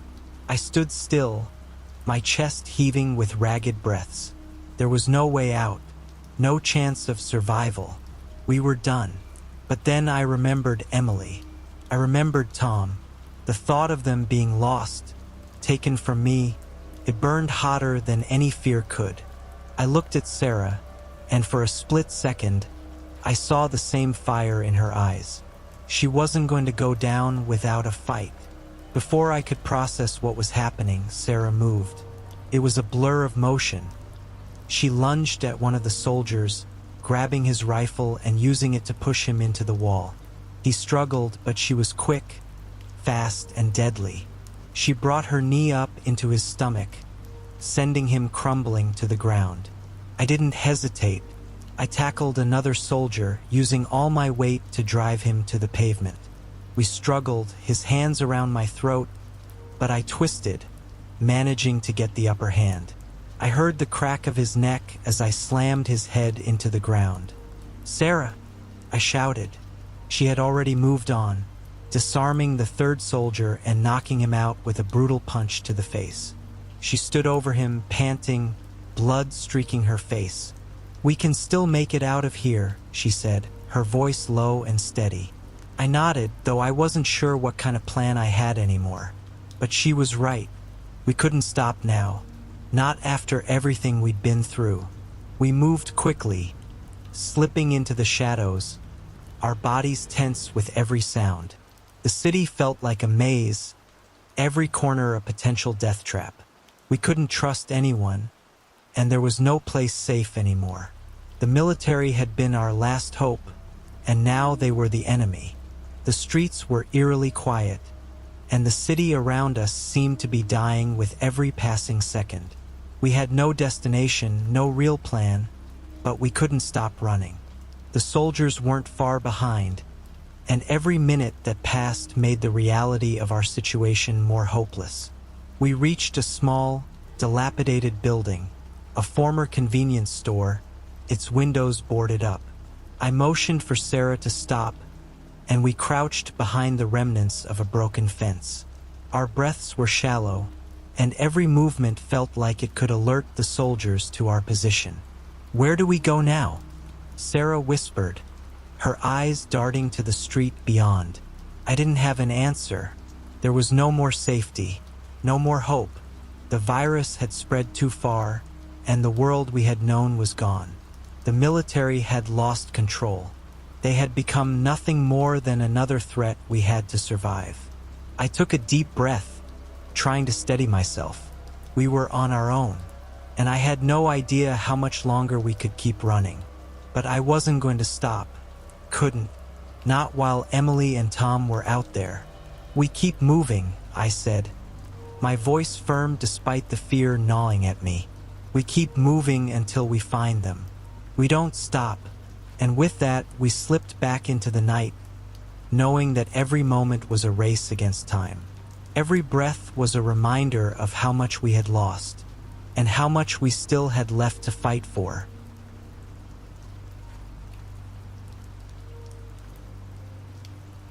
The fog wrapped around the car like a cold breath, clinging to the windows as Thomas drove deeper into the mountain range. He didn't know why he kept going. Maybe it was the pull of a promise made long ago, or perhaps the cryptic letters had pushed him too far, leading him to a place he couldn't undo. Belgrave. The town was a speck in the distance on the map, a forgotten name that most wouldn't even recognize, but its reputation had carved its mark into Thomas's conscience. It had been years since he last heard the name, years since he had fled from the consequences of his own failures. But something about the letters had brought it all back. They were simple, vague. A series of invitations, really, each one written by different hands but saying the same thing. You can't escape what's coming. Only Belgrave offers redemption. But be warned, every wish carries a cost. He had dismissed them at first. People often wrote nonsense when they were desperate. But then the nightmares began. Dreams of his past, of people he had wronged, of lives destroyed by his inaction and neglect. And when he woke, the guilt was still there, gnawing at him, clawing at his very soul. It was after one of these dreams that Thomas finally packed his bags and left. He had no idea what to expect in Belgrave, but he couldn't go on carrying the weight of his actions. There had to be something, someone that could take it away. The road to Belgrave was narrow and winding, a dark ribbon of asphalt cutting through dense, oppressive woods. The air felt colder here, even in the late summer, and the silence was oppressive. There were no other cars, no signs of life. The woods seemed to close in around him, the trees standing like ancient sentinels, their gnarled branches twisting in unnatural directions. As Thomas neared the town, his pulse quickened. The fog thickened, and soon the outline of the town emerged. Nothing more than a shadow in the distance, shrouded in mist. The buildings were dilapidated, their windows shattered or boarded up. It felt like a place that time had abandoned, left to rot in its own sorrow. He slowed as he entered, scanning the empty streets. No one was out, not a single person in sight. Yet the town felt alive, in a way, as though it were watching him. Thomas felt eyes on him, from behind the boarded-up windows or from within the trees that loomed at the edges of the town. A shiver ran down his spine. The first building he came across was the inn, a small, crooked structure that appeared as if it had been standing for centuries. It was the only place that looked remotely inhabited, so he pulled into the dirt lot and parked. As he stepped out of the car, the air felt even colder, the fog seeping under his skin. The door creaked open before he could knock. A figure stood in the doorway, a man gaunt and thin, his eyes sunken deep into his skull. His skin was pale, almost sickly, and his movements were slow and deliberate, as though every action took an enormous effort. "You've come," the man rasped, his voice rough like gravel. I wondered when someone would. Thomas didn't know how to respond, but the man didn't wait for an answer. He stepped aside, gesturing for Thomas to enter. The interior of the inn was dimly lit, with a smell of mildew and decayed wood permeating the air. The man didn't say another word but led him to a small, windowless room at the back of the building. The room was bare except for an old chair, a small table, and a thin cot. There was no warmth here, no comfort, only the weight of silence pressing down on him. "Why are you here?" the man asked after a long pause, his eyes fixed on Thomas. "What is it you seek from Belgrave?" Thomas hesitated. The letter, the warning, all of it swirled in his mind, but his mouth felt dry, as though his words would betray him. Finally, he spoke. "I came because I need to make things right. I've done terrible things, and I want to change. I've heard that something in Belgrave can give me a chance." The man's lips curled into a faint, humorless smile. "Everyone who comes here believes they can fix what they've broken. But what you want isn't so simple. It never is. I don't care about the cost. I'll do whatever it takes," Thomas said, his voice more forceful than he intended. The man's smile faded, and his eyes seemed to grow darker. "Then you'll have to speak with the Hollow. It's where all things lost and broken come to find their price." Thomas frowned. "The Hollow?" The man nodded gravely. "Yes, but it's not a place you can simply walk to. You'll need to prove yourself first. The Hollow doesn't speak to just anyone. There are tests, trials. They'll challenge your very soul." Thomas's heart pounded. The weight of his past loomed over him, but the promise of redemption pulled at him, sharper than any knife. "I'll do it." The man's expression softened, though his eyes remained distant. "Very well. Go to the edge of the woods tonight, when the moon is at its highest. Stand there and wait. The Hollow will come for you." Night had settled over Belgrave, thick and oppressive. The fog had not lifted. If anything, it had deepened, swallowing the town whole. Thomas stood at the edge of the woods, the path leading into the trees barely visible through the haze. He could hear the distant sound of something shifting within the underbrush, but when he turned to look, all he saw were shadows, stretching unnaturally in the pale moonlight. His breath came out in shallow gasps as he stood still, waiting. The trees loomed like dark sentinels around him, and for the first time he felt truly alone. There was no sound of life, no birds calling or insects buzzing. It was as if the world had gone still, holding its breath. The man at the inn had warned him. The Hollow was not a place, but something more. A force, a presence. It didn't appear when you called for it, but when it decided you were ready. Thomas wasn't sure what that meant, but he had no choice. He had to see this through. His mind wandered back to the things he had done, the people he had hurt, the lives he had shattered. There was no way to undo it, no way to take back the cruelty, the carelessness. He had thought that running would make it all go away, but now, standing here in this forsaken town, he knew it was impossible. There was no escaping his sins. Not truly. A rustling sound broke through his thoughts, followed by a whisper, so faint that it was almost imperceptible. He turned, searching the darkness. The trees parted slightly, and in the distance, a figure emerged. It was a woman, tall and shrouded in a cloak of darkness, the fabric moving like smoke around her. Her face was hidden, but her presence seemed to command the very air, bending it around her. She moved with unnatural grace, as though the ground beneath her feet didn't quite touch her. Thomas felt his heart race, but he didn't run. He couldn't. He was frozen in place, drawn to her in a way he couldn't explain. The woman stopped a few feet away, her presence filling the space around him. "You've come," she said, her voice both soft and commanding, as if it was carried on the very wind. "I've been waiting. Are you the Hollow?" Thomas asked, his voice shaking. The woman laughed, a sound that seemed to reverberate through the trees like a distant echo. "No, I am its messenger. The Hollow is not a thing, but an essence, a force that resides in all things.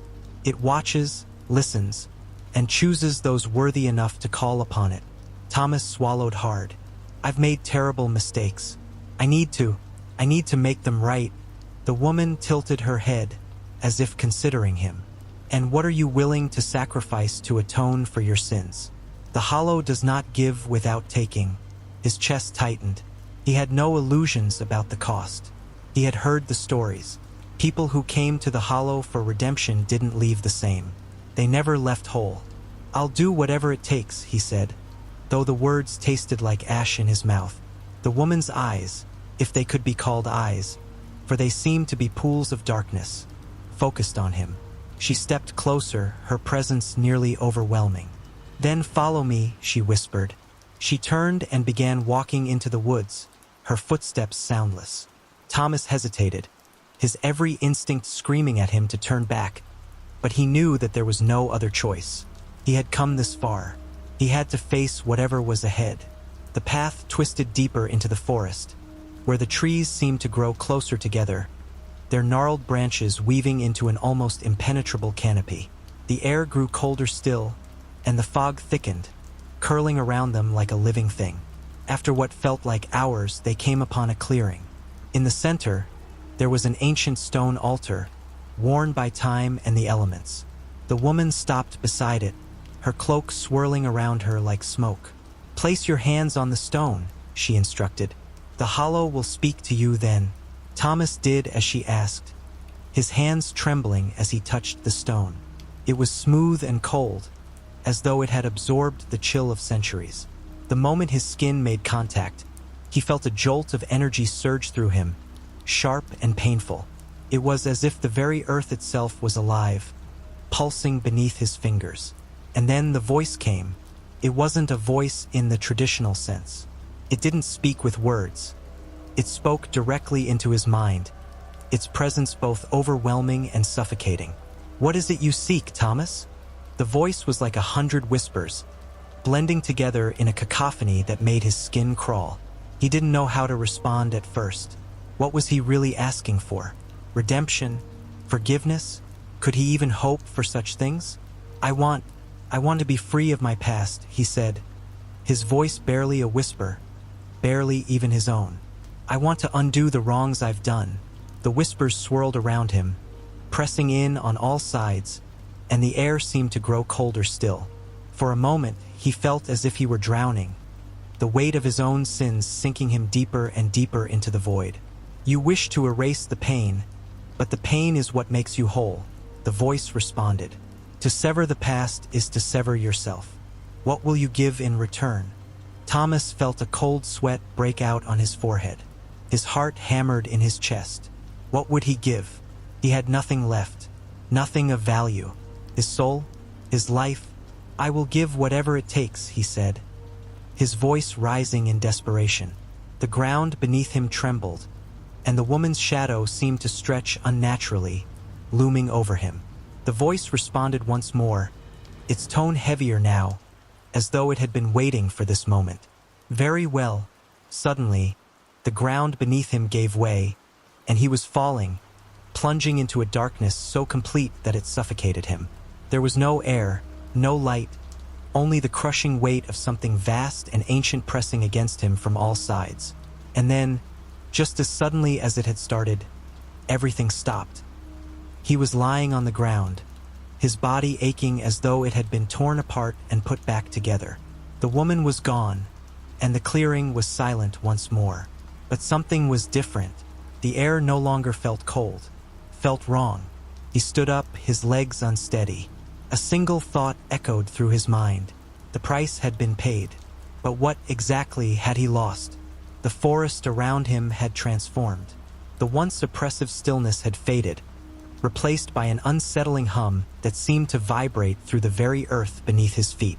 The trees stood tall but unfamiliar, their twisted limbs reaching toward the sky in unnatural angles. The fog, once dense and suffocating, had receded, but the air felt thick with something unspeakable, something waiting. Thomas blinked and looked around, trying to gather his bearings, but the clearing had shifted. The altar, once a stone relic of ancient rituals, was gone. In its place stood a darkened pool of water, its surface perfectly still, reflecting nothing but the dense night above. The water was black, as if it held the weight of all the sins in the world, and yet it seemed to call to him an invitation or a warning. He wasn't sure which. He stumbled toward it, his breath shallow, unsure of what he was supposed to do. Had the hollow granted his wish? Was this redemption, or had he simply traded one darkness for another?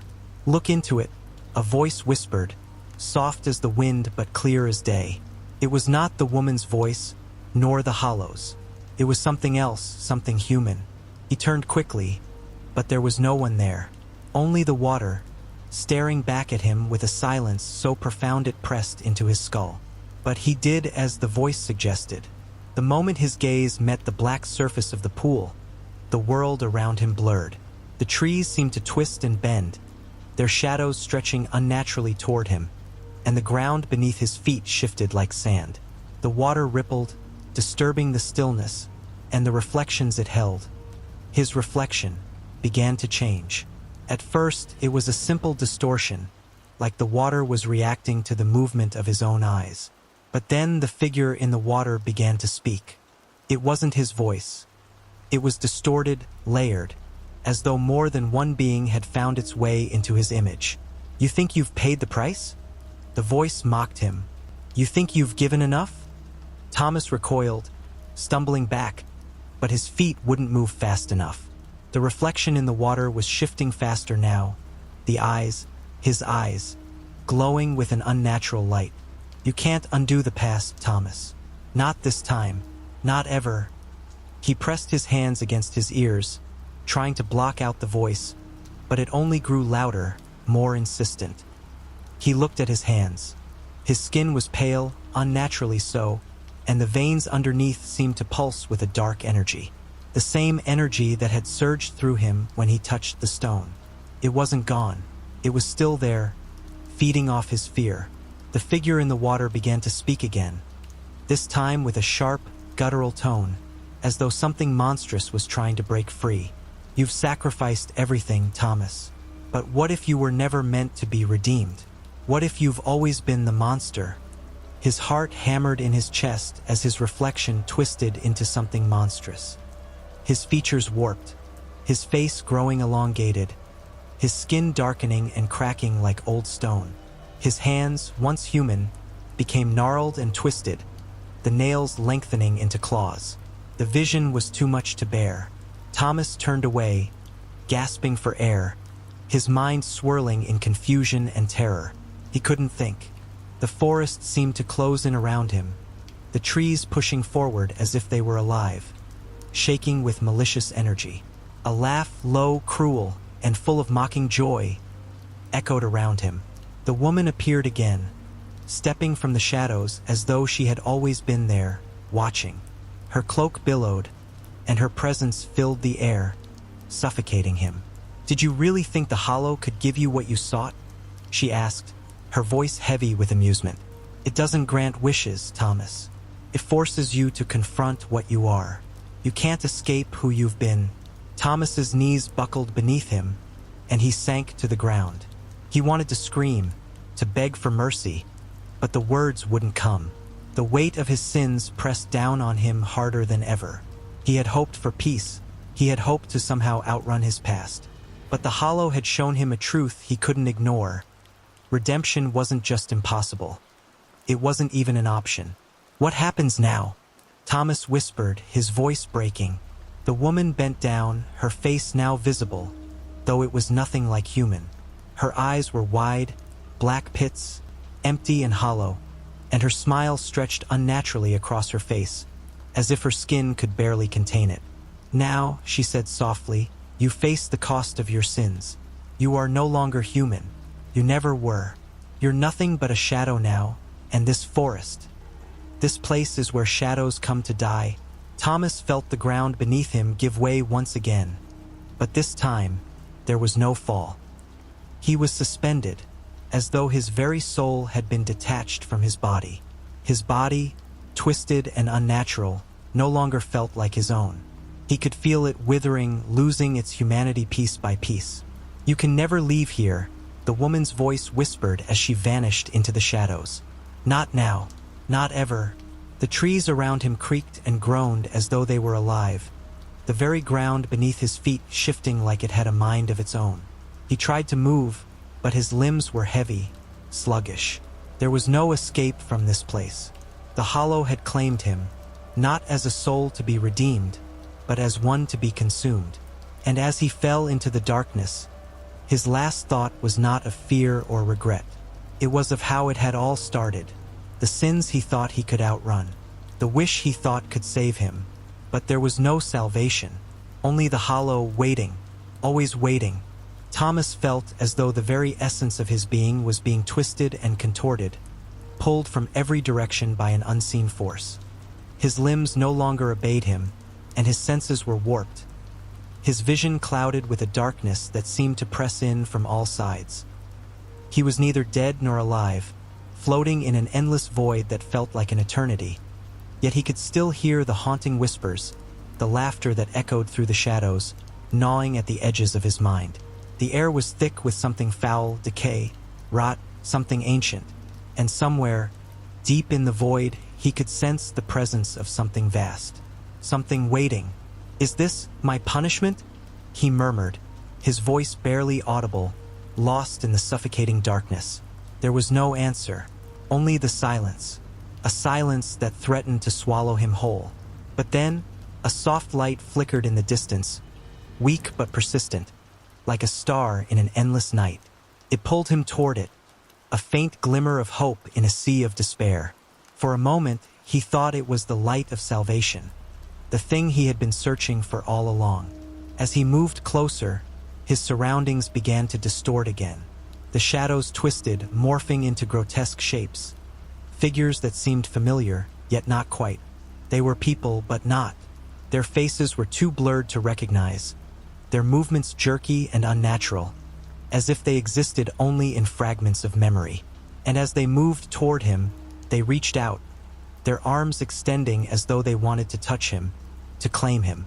"Thomas," a voice rasped from one of the figures, a whisper so cold it sent a shiver down his spine. He recoiled instinctively, but the figure stepped closer, its face now clear. It was a woman, a stranger, though her eyes were familiar, hauntingly so. He recognized the eyes. He recognized the pain in them. It was his mother, but she was wrong. She couldn't be here. "Mother," he croaked, his voice barely a whisper. Her eyes, once full of life, were now empty, hollow, a void that mirrored the darkness around him. "You never should have come," she said, her voice echoing in the space around them. Her face twisted into something grotesque, something that resembled a smile but was too cruel, too wrong to be anything but a mockery. "Please," Thomas begged, trying to move but finding himself unable to break free of the pull. I wanted to change. I wanted to make things right." Her smile only widened, her lips peeling back to reveal teeth that were too sharp, too numerous. "You can't change the past, Thomas. You can't undo what you've done. You can't outrun what you are. She reached out, her fingers long and cold, and touched his chest. The moment her hand made contact, his body erupted with pain. It wasn't physical. It was something deeper, something more profound. He felt it in his soul, in his very core.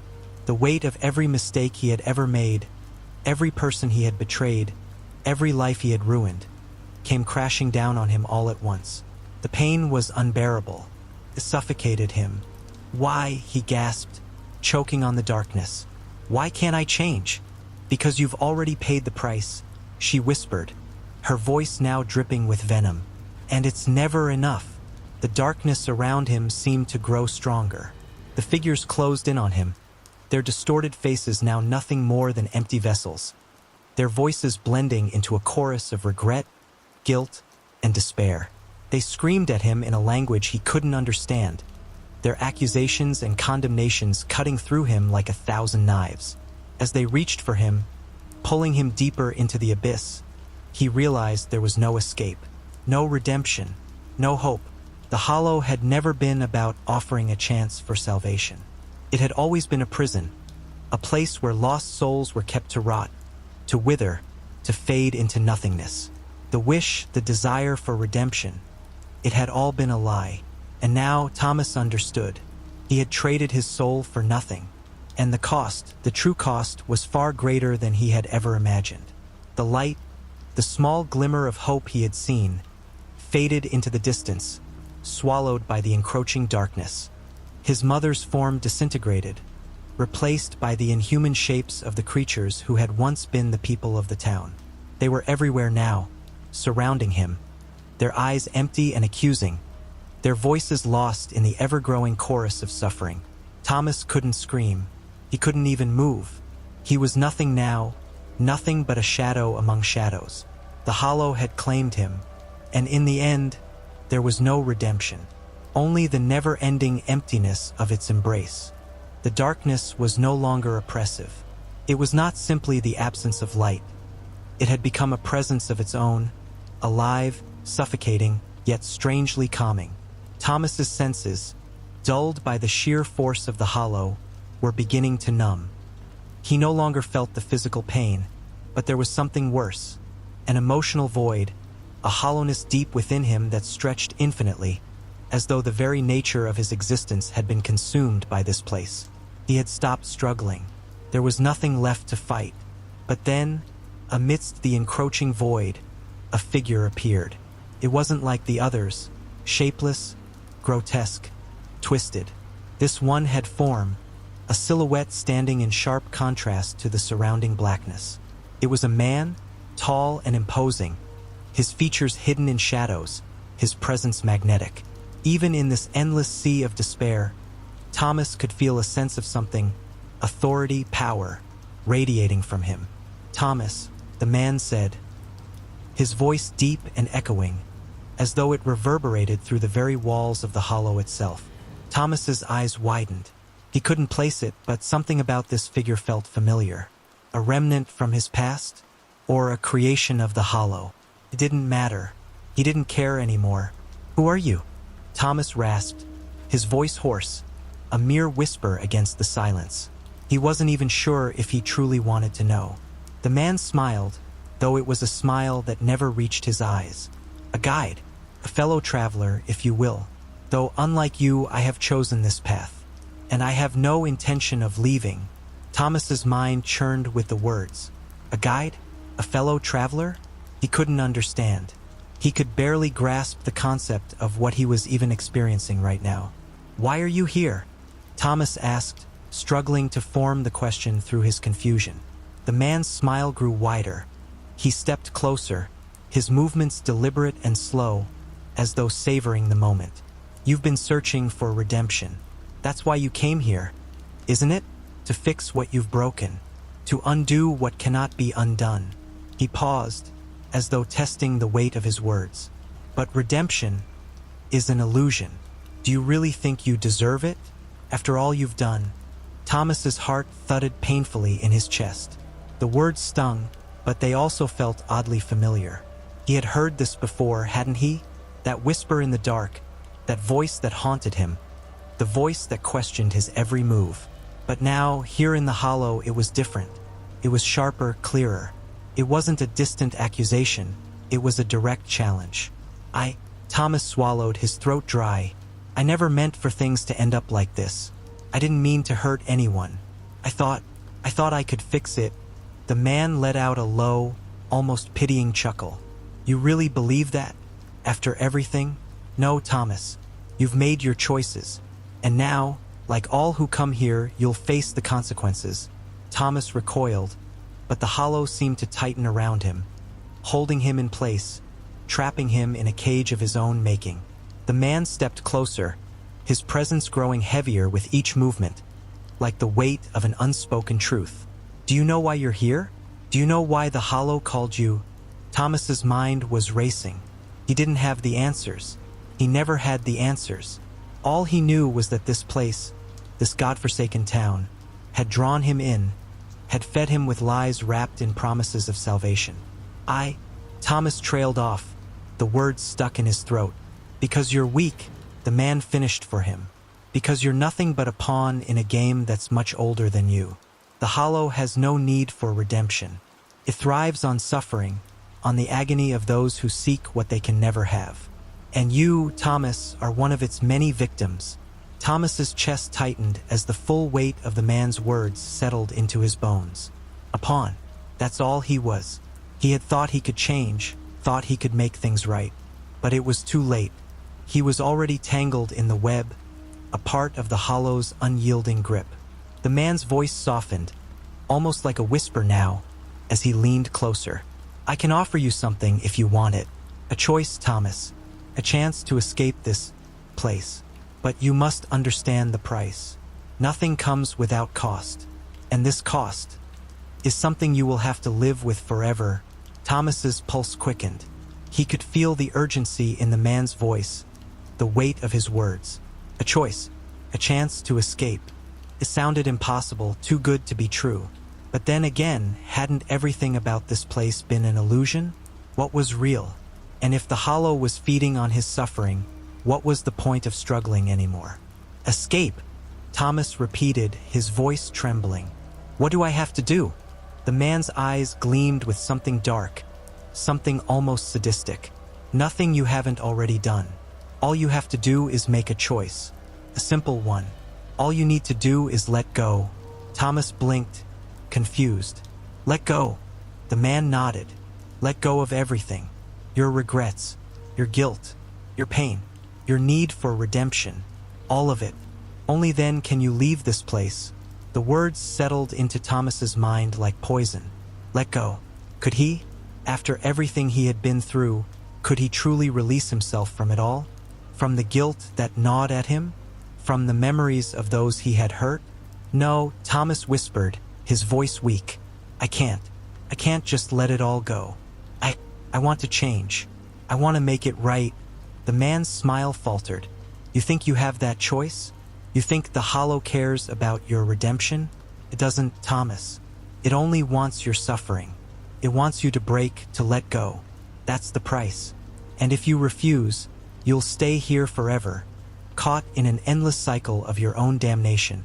The man's form began to flicker, his edges blurring, as though he were fading into the very darkness that surrounded them. Make your choice, Thomas. Let go and you can escape, or hold on, and remain here. With that, the figure vanished, leaving Thomas alone in the dark. The hollow was silent once more, but in the silence, Thomas could still feel it. The presence, the weight of the choice he had to make. Would he let go and accept the consequences? Or would he cling to his past, to his guilt, and remain trapped forever? The choice was his, but the weight of it, the unbearable weight, felt like it would crush him before he could even decide. The darkness pressed in around Thomas like a suffocating shroud, its weight pulling at the very core of his being. The figure, the guide, or whatever he had been, was gone, but his words lingered in the air, reverberating in Thomas's mind like an echo that refused to fade. Let go. Let go of everything.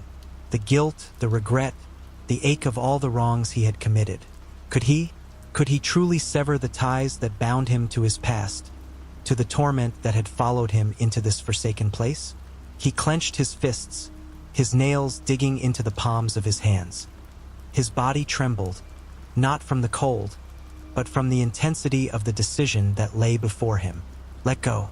The hollow had promised escape if he did, but at what cost? Could he truly erase everything he had done, every life he had touched, for better or worse? No, it wasn't that simple. The images flooded his mind unbidden. Faces, the ones he had hurt, the ones he had abandoned. His sister, her last words echoing in his ears, the look of betrayal in her eyes. His father's disappointed gaze. The people in the town he had failed. He had done terrible things in his life, things he could never undo. Could he truly let all of it go and simply walk away? What kind of person would he become if he did? But the hollow was not a place for mercy, for second chances. It was a place of torment. And yet, somewhere deep within him, a voice whispered, a dark, tempting voice, that perhaps there was peace in surrender, perhaps in giving up the pain, in letting go of all the weight of the past. There would be nothing left to haunt him, nothing left to hurt him. He closed his eyes, trying to block out the rising tide of thoughts, the memories that clawed at him relentless. There was no escape from them. No matter how hard he tried to outrun them, they always followed, a shadow on his soul. A flash of movement caught his attention, something shifting in the periphery of his vision. When he turned his head, the figure appeared again, but this time it was different. It wasn't the same man, the guide, but a woman pale and cold, with eyes as dark as the void around them. Her face was twisted in pain, a silent scream frozen on her lips. She hovered in the dark, her body flickering in and out of focus like a broken mirror. Thomas, her voice came, though her lips didn't move. It was a whisper, but it was everywhere, echoing in his mind, filling the space like an insistent, cruel melody. You think you can escape it? You think you can outrun what you've done? Thomas took a step back, instinctively, his heart thundering in his chest. What are you? He whispered, though he wasn't sure if the question was for her or for himself. He didn't want to know. He didn't want any more torment. The woman's eyes glowed faintly, like embers in the dark. I am what you've made me, she said, her voice soft and mocking. I am the consequence. The price. Thomas felt a shiver run down his spine. He swallowed hard, trying to steady his breath. What price? He asked, his voice barely a whisper. She stepped forward, and in the fleeting moment before her presence became overwhelming, she gave him a bitter smile. You don't remember, do you? But I do. I remember all of it. Every moment. The air grew heavier, the space pressing in on him as though the walls of the hollow were closing in. His chest tightened, the weight of the woman's presence suffocating. Let me show you, she murmured, and then everything snapped. The ground beneath his feet shattered like glass, and Thomas was falling. No, he wasn't falling. He was being pulled. A darkness surrounded him, a crushing void that swallowed him whole. Then, suddenly, he was no longer in the hollow. He was back in the town he had left behind, the one that had become a prison of its own. He stood at the edge of the street, but it was empty. Not a single person in sight. Only the wind howled through the deserted streets, carrying with it the faint smell of decay. His eyes scanned the familiar buildings, the old, crumbling structures that had once been full of life. But now they stood silent, abandoned. The woman's voice echoed again, colder now, sharper. Do you remember this place, Thomas? Do you remember what you did? He turned. She stood at the far end of the street, her figure silhouetted against the moonlight, but her eyes were the only things that remained clear, black, empty. Thomas's stomach twisted. His breath caught in his throat. He could hear it now. Footsteps, not just his own, others.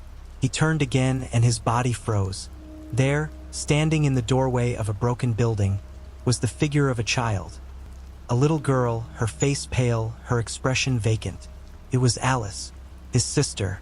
Alice, Thomas whispered, his voice trembling. But Alice didn't respond. Instead, she tilted her head, a twisted smile playing at the corners of her mouth. Then she began to speak, but the words came out wrong, distorted, garbled, like they had been torn apart and sewn back together. "Why? Did you leave me?" she asked, her voice thin and broken. "Alice, Thomas's words faltered. His chest tightened, and he found it hard to breathe. "I needed you, Thomas." Her voice echoed around him, louder now. "I needed you, and you left." Thomas's legs began to move of their own accord. He didn't want to walk towards her, but his body was compelled, his steps dragging him closer to her like a puppet on strings. "I'm sorry," he whispered, though the words felt empty. "I didn't mean to. I never meant to leave you." But Alice didn't hear him. Or maybe she did. Maybe she was beyond hearing now. She reached out, her hand pale and skeletal. And in that moment, Thomas realized the truth. The price he had paid. The town wasn't empty because of some random calamity. It was empty because of him, his choices, his abandonment. Alice's smile twisted into something horrific. "You left me to die, and now you'll never escape." Before Thomas could react, her hand was on him, cold, icy, and in that instant, everything he had done, every mistake he had made, came crashing down on him. The guilt, the shame, the unbearable weight of the consequences, all piled on top of him. And then, everything was still. The silence that followed was unbearable, like the calm before an inevitable storm. Thomas stood there, frozen in the grip of his sister's touch, unable to move, unable to breathe. The world around him seemed to distort, as though it were stretching and pulling, unraveling at the seams. But all he could focus on were Alice's eyes, black and endless, the void within them threatening to swallow him whole. "Why did you leave me, Thomas?" Her voice was a low whisper, a haunting, insistent echo that bounced off the walls of his mind. "Why did you let me suffer alone?" He wanted to answer. He wanted to say something, anything to explain himself, to make her understand. But no words came. The guilt was too overwhelming, a tidal wave of regret crashing over him, drowning out his thoughts. He had left her. He had abandoned her when she needed him most. And in the end, she had paid the price for his neglect. Her hand tightened around his wrist, her fingers cold and unyielding, and the pain that coursed through him was not physical but something far deeper, something rooted in the very marrow of his soul. "I tried, Alice," he finally managed to say, his voice trembling. "I tried to come back. I didn't mean to." The words faltered, dying in his throat as Alice's twisted smile grew wider, her features warping, becoming more grotesque with each passing moment. She wasn't his sister anymore. She was something else entirely, something broken, something beyond saving. "You didn't try hard enough," she hissed, her voice now sharp and venomous. "You never do." Thomas stumbled back, trying to break free from her grasp, but his legs felt like lead. The town around him began to shift, its crumbling buildings warping into monstrous shapes, twisting and contorting in ways that defied reality. The wind howled louder, a cacophony of whispers filling the air, each one carrying the voices of the lost, of the people he had failed. The darkness around him deepened, and suddenly, the ground beneath his feet gave way. He fell once more, the cold void swallowing him, pulling him down into an endless abyss. The scream that tore from his throat was swallowed by the darkness, unheard, unacknowledged. When Thomas's eyes finally opened again, he found himself standing at the edge of the town. Only this time, it wasn't the town he remembered. It was different, distorted, a reflection of the place he had once known, but twisted beyond recognition. The buildings loomed tall, their windows dark and empty. The streets stretched out before him like a labyrinth, filled with shadows that seemed to move of their own accord. And there, at the center of the town, was the Hollow.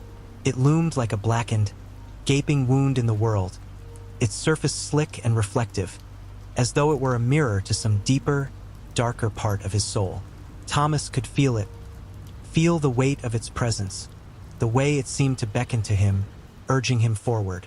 But as he took a step closer, a voice echoed from the shadows. a voice that chilled him to his core. "You cannot escape, Thomas." He froze. The voice was familiar, too familiar. It was the guide, the same man who had led him through the hollow before. But now, his form was a blur, his shape flickering like a broken flame. "Why are you here?" Thomas demanded, his voice shaking with a mixture of fear and rage. "What do you want from me?" The guide's form solidified, and the twisted, hollow smile that stretched across his face was unsettling. "What do you think I want? You've been given a choice, Thomas. A choice that no one can truly make. Let go or suffer the consequences." Thomas's heart pounded in his chest, and he took another step forward. He couldn't stand this place. Couldn't stand the crushing weight of his past bearing down on him from every direction. He needed to end it. He needed to let go, as the hollow had promised. But as he drew closer to the gaping wound in the world, something inside him screamed to stop. "You think you can undo what you've done?" The guide's voice grew colder, sharper. "You think you can erase the past? You are not free. Not here. Not anywhere." Thomas stopped, his breath coming in ragged gasps as he stared into the blackened mirror of the hollow. His reflection stared back at him, but it wasn't the man he had known. It wasn't the man he was trying to become. No, it was the man he had been, the man who had made all those terrible choices, the man who had caused so much pain. His face was twisted with regret, eyes hollow, cheeks gaunt. The hollow wasn't offering redemption. It wasn't offering peace. It was offering something far more insidious, a chance to confront himself. "You can never escape who you are," the guide whispered, his voice filled with a cruel finality. "Not in this world. Not in any world." The mirror-like surface of the hollow rippled, and Thomas found himself standing at the edge of a cliff, looking out over the town he had abandoned. Below, the twisted, broken bodies of the people he had hurt lay sprawled across the streets. Alice, his father, the others, they were all there, trapped in the same cycle of suffering, forever doomed to live in the reflection of his actions. And then, a soft voice, no, a whisper, floated through the air, barely audible over the howling wind. "Why did you leave me, Thomas?" It was Alice again. Her voice was weak, hollow, filled with a sorrow that seemed to seep into his bones. "I'm sorry," he whispered, tears welling in his eyes. "I didn't mean to. I didn't—" But the words fell flat, swallowed by the void. There was no forgiveness here, no redemption, no escape, only the endless reflection of his own guilt, stretching into eternity. The air thickened as Thomas stood before the hollow, feeling the weight of every decision he had ever made pressing down on him like an unbearable burden. The world around him trembled, as though the very fabric of reality was about to snap. The whispers of the lost souls grew louder, drowning out his thoughts, their voices a cacophony of rage and sorrow, accusing him, condemning him. "You can't undo it." The guide's voice slithered through the chaos, cold and final. "There's no redemption here. There's no coming back." Thomas's mind raced, each step forward heavier than the last. He was trapped in a nightmare, a reflection of his worst fears, his darkest regrets. The hollow was not a place for forgiveness. It was a place for reckoning, and it demanded payment. "You've seen the truth," the guide continued, its form flickering like a dying flame. "You know what you did. You know what you failed to do. You are not innocent. You never were." The hollow pulsed, its surface shimmering as if it were alive, its reflections shifting like the ghosts of his past. Alice's face appeared in the mirror once more, her eyes dark, filled with an emptiness that echoed his own despair. "Do you want to save yourself?" The guide's voice whispered, filled with malice. "Do you think that you deserve to?" Thomas's heart raced. The question lingered in the air, a cruel temptation. What was he really seeking? Forgiveness? Redemption? Or was it just an escape from the suffocating weight of his guilt? "No," Thomas said, his voice shaking. "I don't deserve anything, but I can't stay here."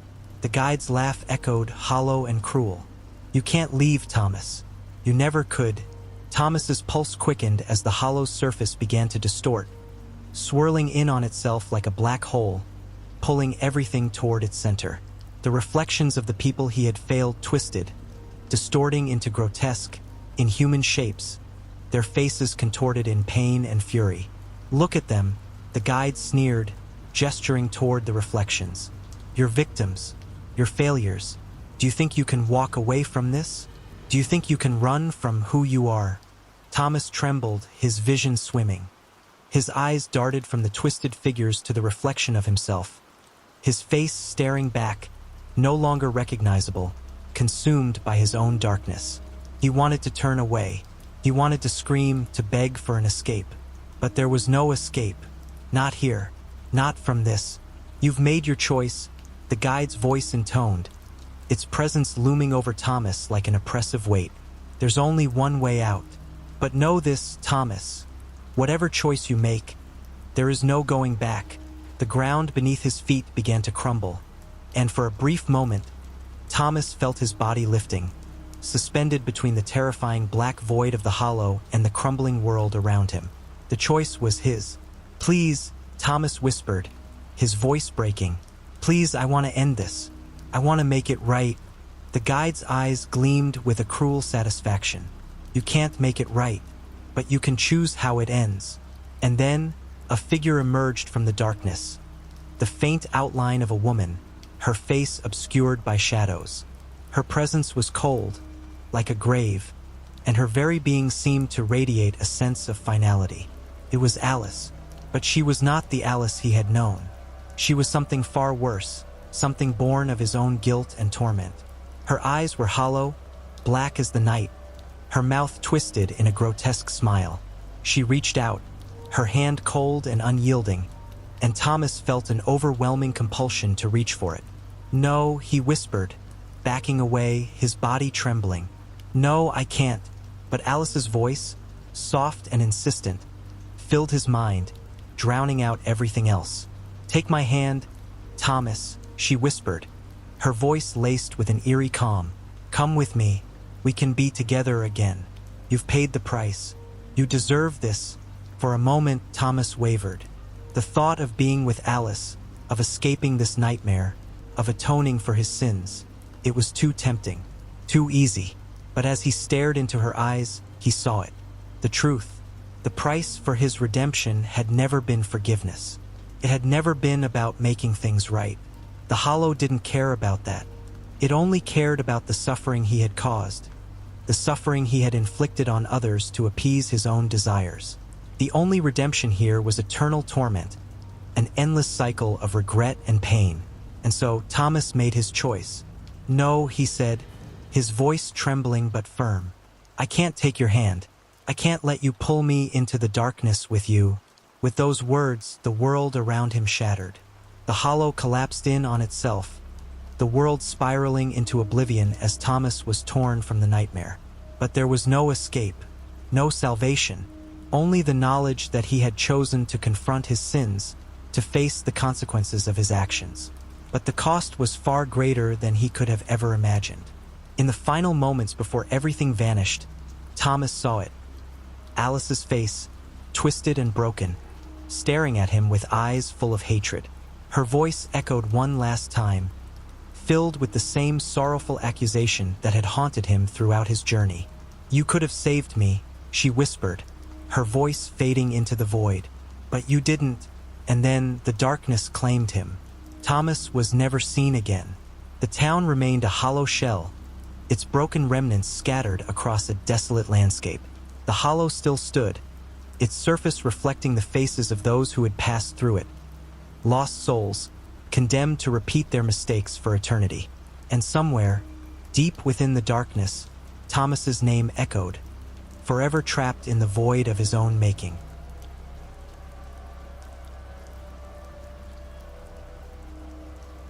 The night fell heavy on St. Agatha's Hospital, draped in a veil of fog that seemed to curl and twist like something alive.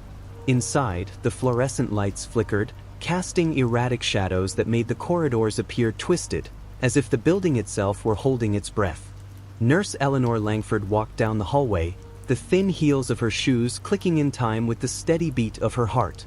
This was her shift, the one that began when the world turned cold and silent. where most souls found comfort in sleep. But not here. The wards were never truly empty. The faint hum of machines and distant murmurs were the only sounds that filled the void. Yet tonight, there was a wrongness to it, a tightness in the air that made her throat close up. Eleanor had worked at St. Agatha's for years, long enough to know the routine, the odd hours, and the haunting stories whispered among the staff. Tales of unexplained movements, shadows slipping past corners, and patients who spoke of figures in the night, figures with eyes that glistened like wet stones. She had scoffed at those stories once, but now, with each passing hour, the stories felt less like rumors and more like warnings. She passed room 311, its door ajar, the faint crack of light seeping out, casting narrow slivers across the floor. A low moan echoed inside, distant but unmistakable.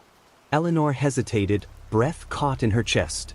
It was a sound she had come to know well, the pained, almost pleading voice of Mr. Whitaker.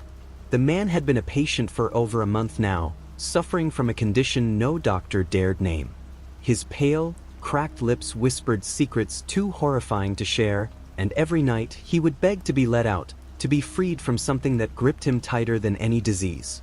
A soft shiver ran down Eleanor's spine as she reached out to push the door open. The air grew colder, brushing against her skin like an unseen hand. Inside, Mr. Whitaker lay twisted on the bed, his emaciated body shivering beneath the thin hospital sheets. His eyes, hollow and wide, fixed on her with an unnatural intensity. "I told you not to come," he rasped, the sound brittle as dry leaves. Eleanor stepped in, her fingers tightening around the handle of her clipboard as she forced herself to meet his gaze. The room smelled of antiseptic, but something else mingled in, a scent like rotting meat, sour and sickly. She swallowed hard, trying to steady her breath. "Mr. Whitaker, it's time for your medication," she said, the tremor in her voice betraying her. "No," he whispered, and the rasp of his voice seemed to echo, almost like a chorus. "Not tonight. Not tonight." The overhead lights flickered again, plunging the room into darkness for a moment that felt like an eternity. When they blinked back to life, something had changed. The room seemed to lean forward, its walls pressing in, breathing with a life of their own. But it was not the room that had shifted, it was the space behind Mr. Whitaker. He turned his head slowly, a grotesque sound like cracking bone following the motion. His eyes rolled back, revealing a dark cavity where no white should have been. And there, in the corner, a shape emerged, a thing not of flesh, but of shadow, with limbs that were too long and twisted at angles that defied reason. Eleanor's heart stopped. The sight was impossible, as though the fabric of reality had been torn, and through it, something ancient and unknowable seeped into her world. "I warned you," Mr. Whitaker's voice deepened, no longer his own, but that of something else. "We all warned you." The floor creaked under her feet as she stumbled backward. Her pulse drummed against her ribs, and she was aware of her own trembling hands. The creature stepped forward, its movements liquid and unnatural, and as it did, the air thickened with a sound like rasping, scraping metal. Eleanor reached for her radio, but the static that burst forth was not the comforting buzz she expected. It was a voice, deep and guttural, whispering in a language that made her head spin and the blood freeze in her veins. Eleanor's hand trembled as she gripped the radio, the static hissing like a chorus of serpents. The voice behind it was sharp, dissonant, and ancient, sending a jolt of fear straight through her chest.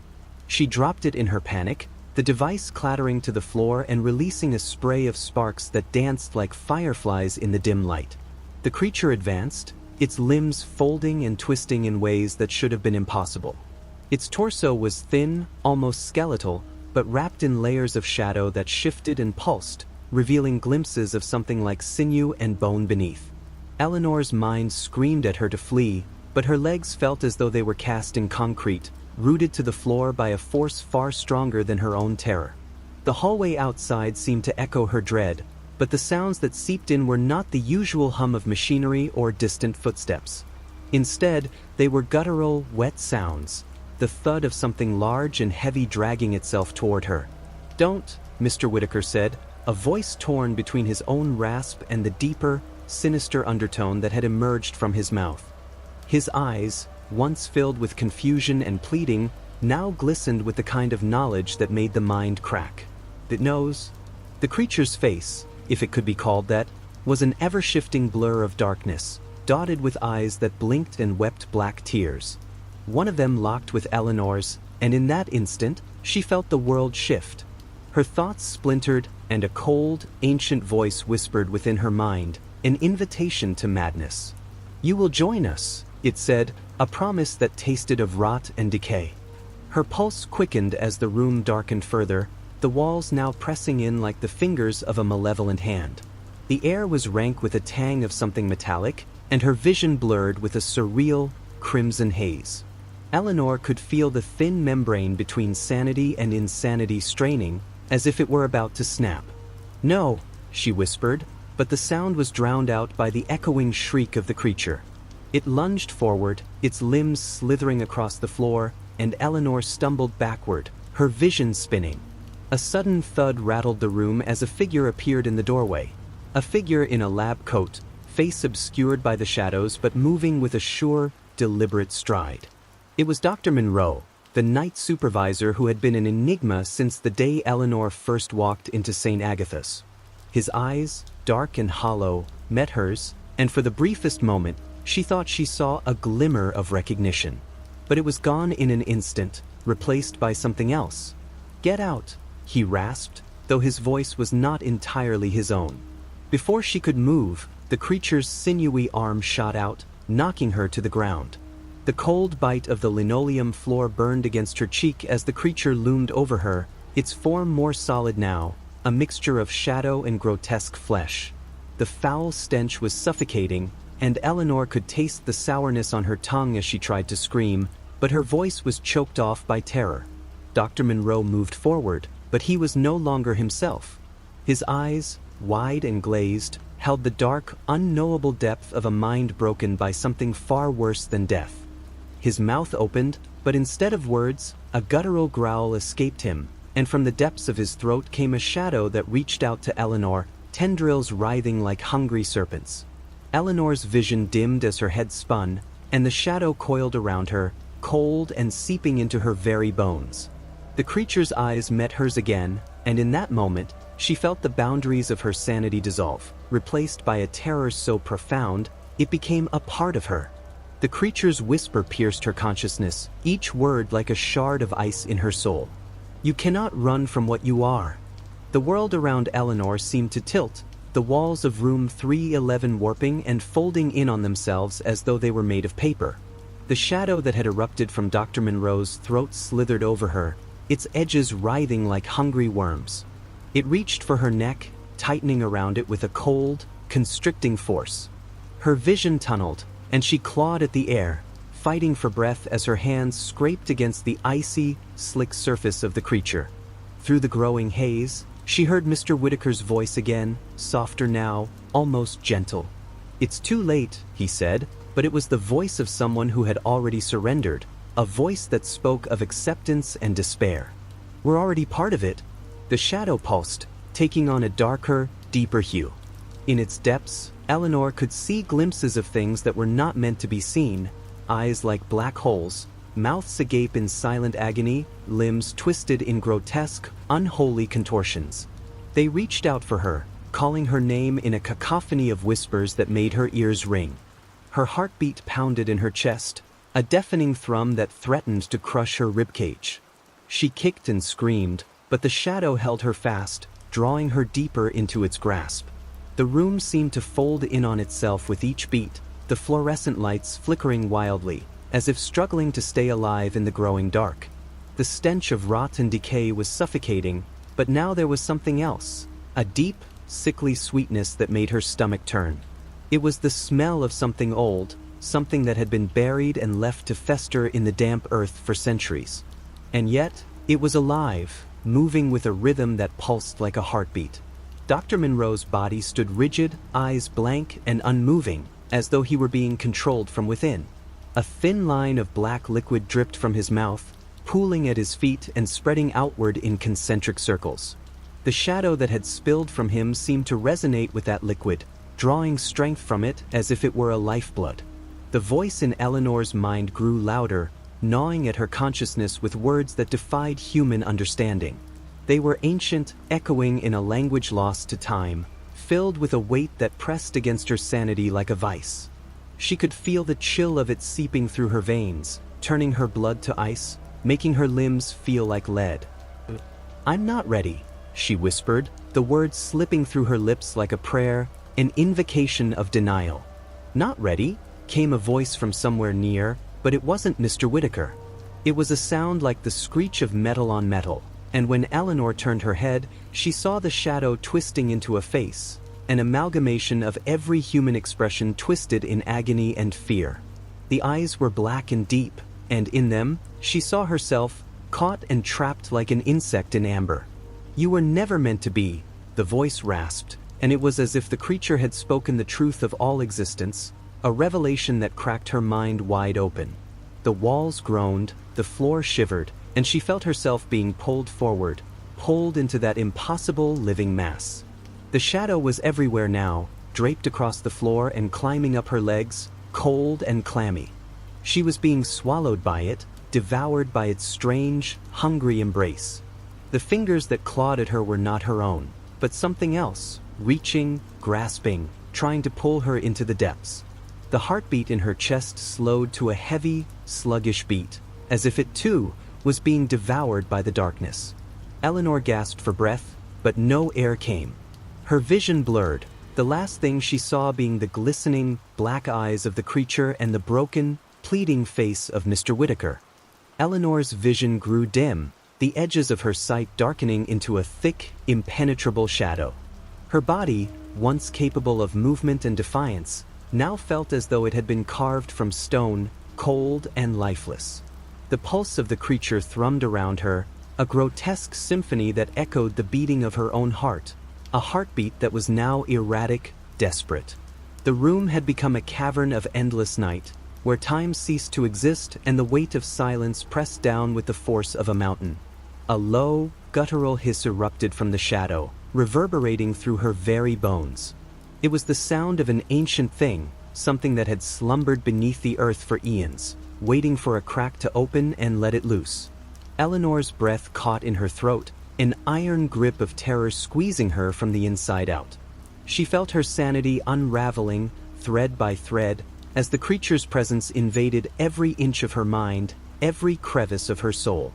From within the writhing mass, a single tendril broke free, slick with black bile, and reached for her face.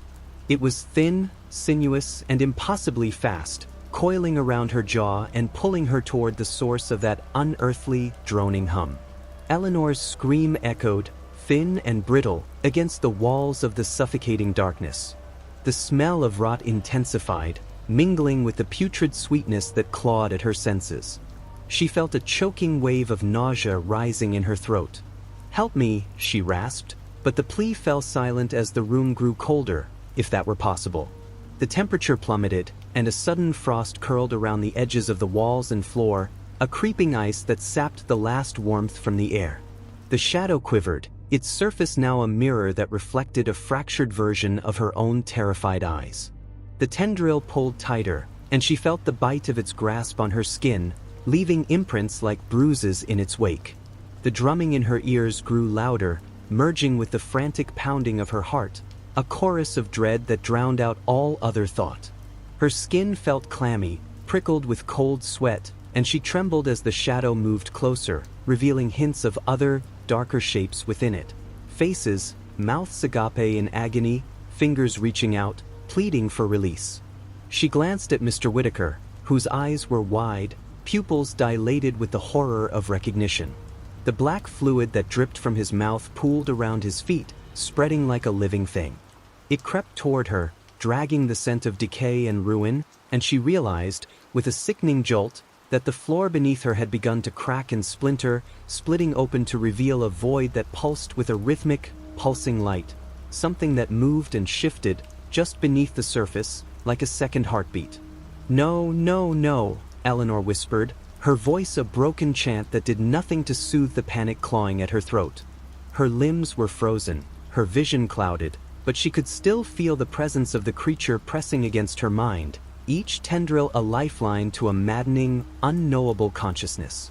The walls shuddered as if in pain, the ceiling above cracking, and from those fissures, more tendrils spilled out, reaching and pulling, dragging her into the living, thrashing darkness.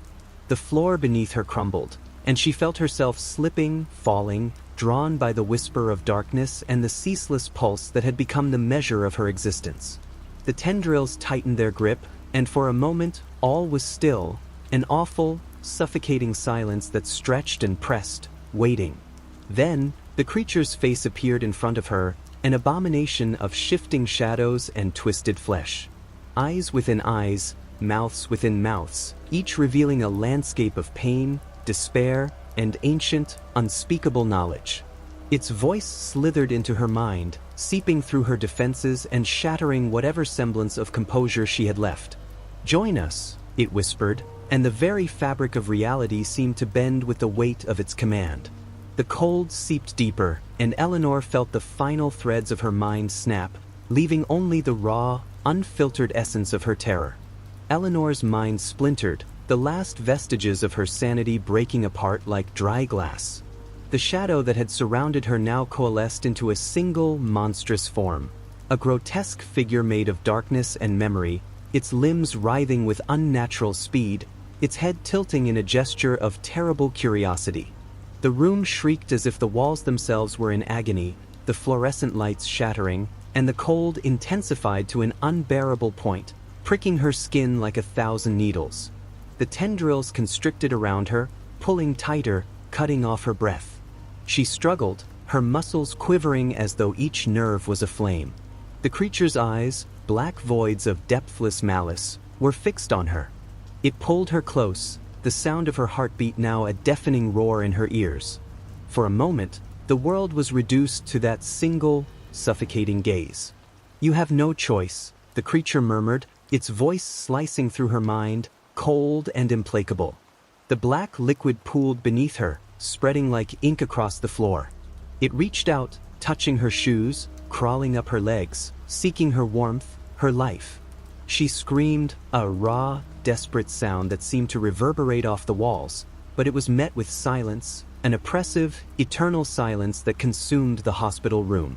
The shadows around her began to twist, seething with anticipation, and in their center, the figure split apart like a wound opening, revealing a yawning, gaping maw of countless jagged teeth.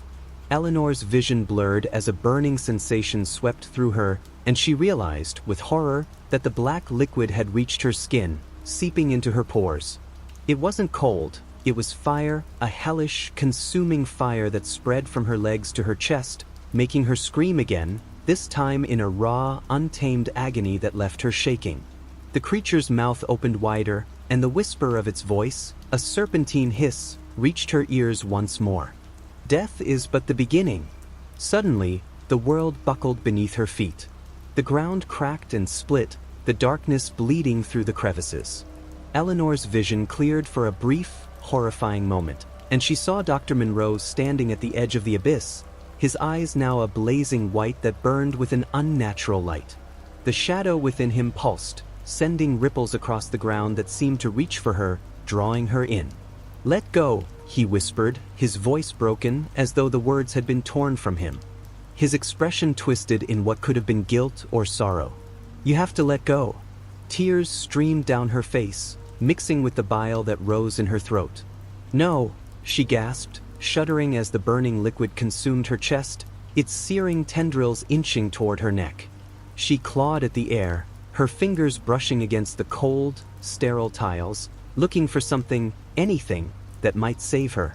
But the tendrils were insatiable, more determined than any force she had ever known. The creature let out a roar, a sound that split the silence with a force that made her bones tremble.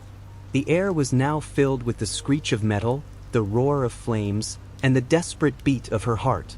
The creature's maw opened wide, revealing a hollow that seemed to twist the fabric of space itself, a gate to an unspeakable void where light dared not venture. And then it began to pull. Eleanor's body was yanked forward, past the threshold of the room and into the yawning darkness, the walls shattering around her like glass under pressure. The scream that tore from her throat was not just a cry of terror, it was a sound of pure, primal dread, echoing in the empty corridors as the light around her blinked out, leaving only the sound of the creature's laughter, deep and unending. Her mind, torn between consciousness and oblivion, flailed as she was pulled into the depths of that darkness. The last thing she saw was the haunted face of Mr. Whitaker, eyes wide with a mixture of horror and something else, something she couldn't name. And then, as the tendrils wrapped around her and the world grew colder, the abyss took her, swallowing her whole, leaving nothing but the echo of her scream. The darkness closed in around Eleanor, an oppressive wave that crushed her body and twisted her soul. The tendrils, slick with the black, bile-like substance, coiled around her limbs with a relentlessness that defied reason. The room dissolved into nothingness, replaced by the yawning void where she now found herself, a place devoid of light or sound, save for the whisper of 1,000 agonized voices. The creature loomed behind her, its grotesque, shifting form blotting out what little was left of her vision. Eleanor's screams, raw and strangled, gave way to desperate sobs as the reality of her fate sank in. The black liquid had spread through her veins, crawling with an insidious hunger that turned her blood to fire. She convulsed, the muscles in her arms and legs spasming uncontrollably, locking her in place.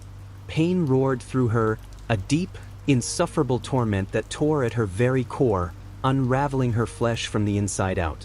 The creature's maw, now a chasm of jagged teeth and glistening, pulsing tendrils, opened wider, emitting a sound that was both a roar and a mournful sigh.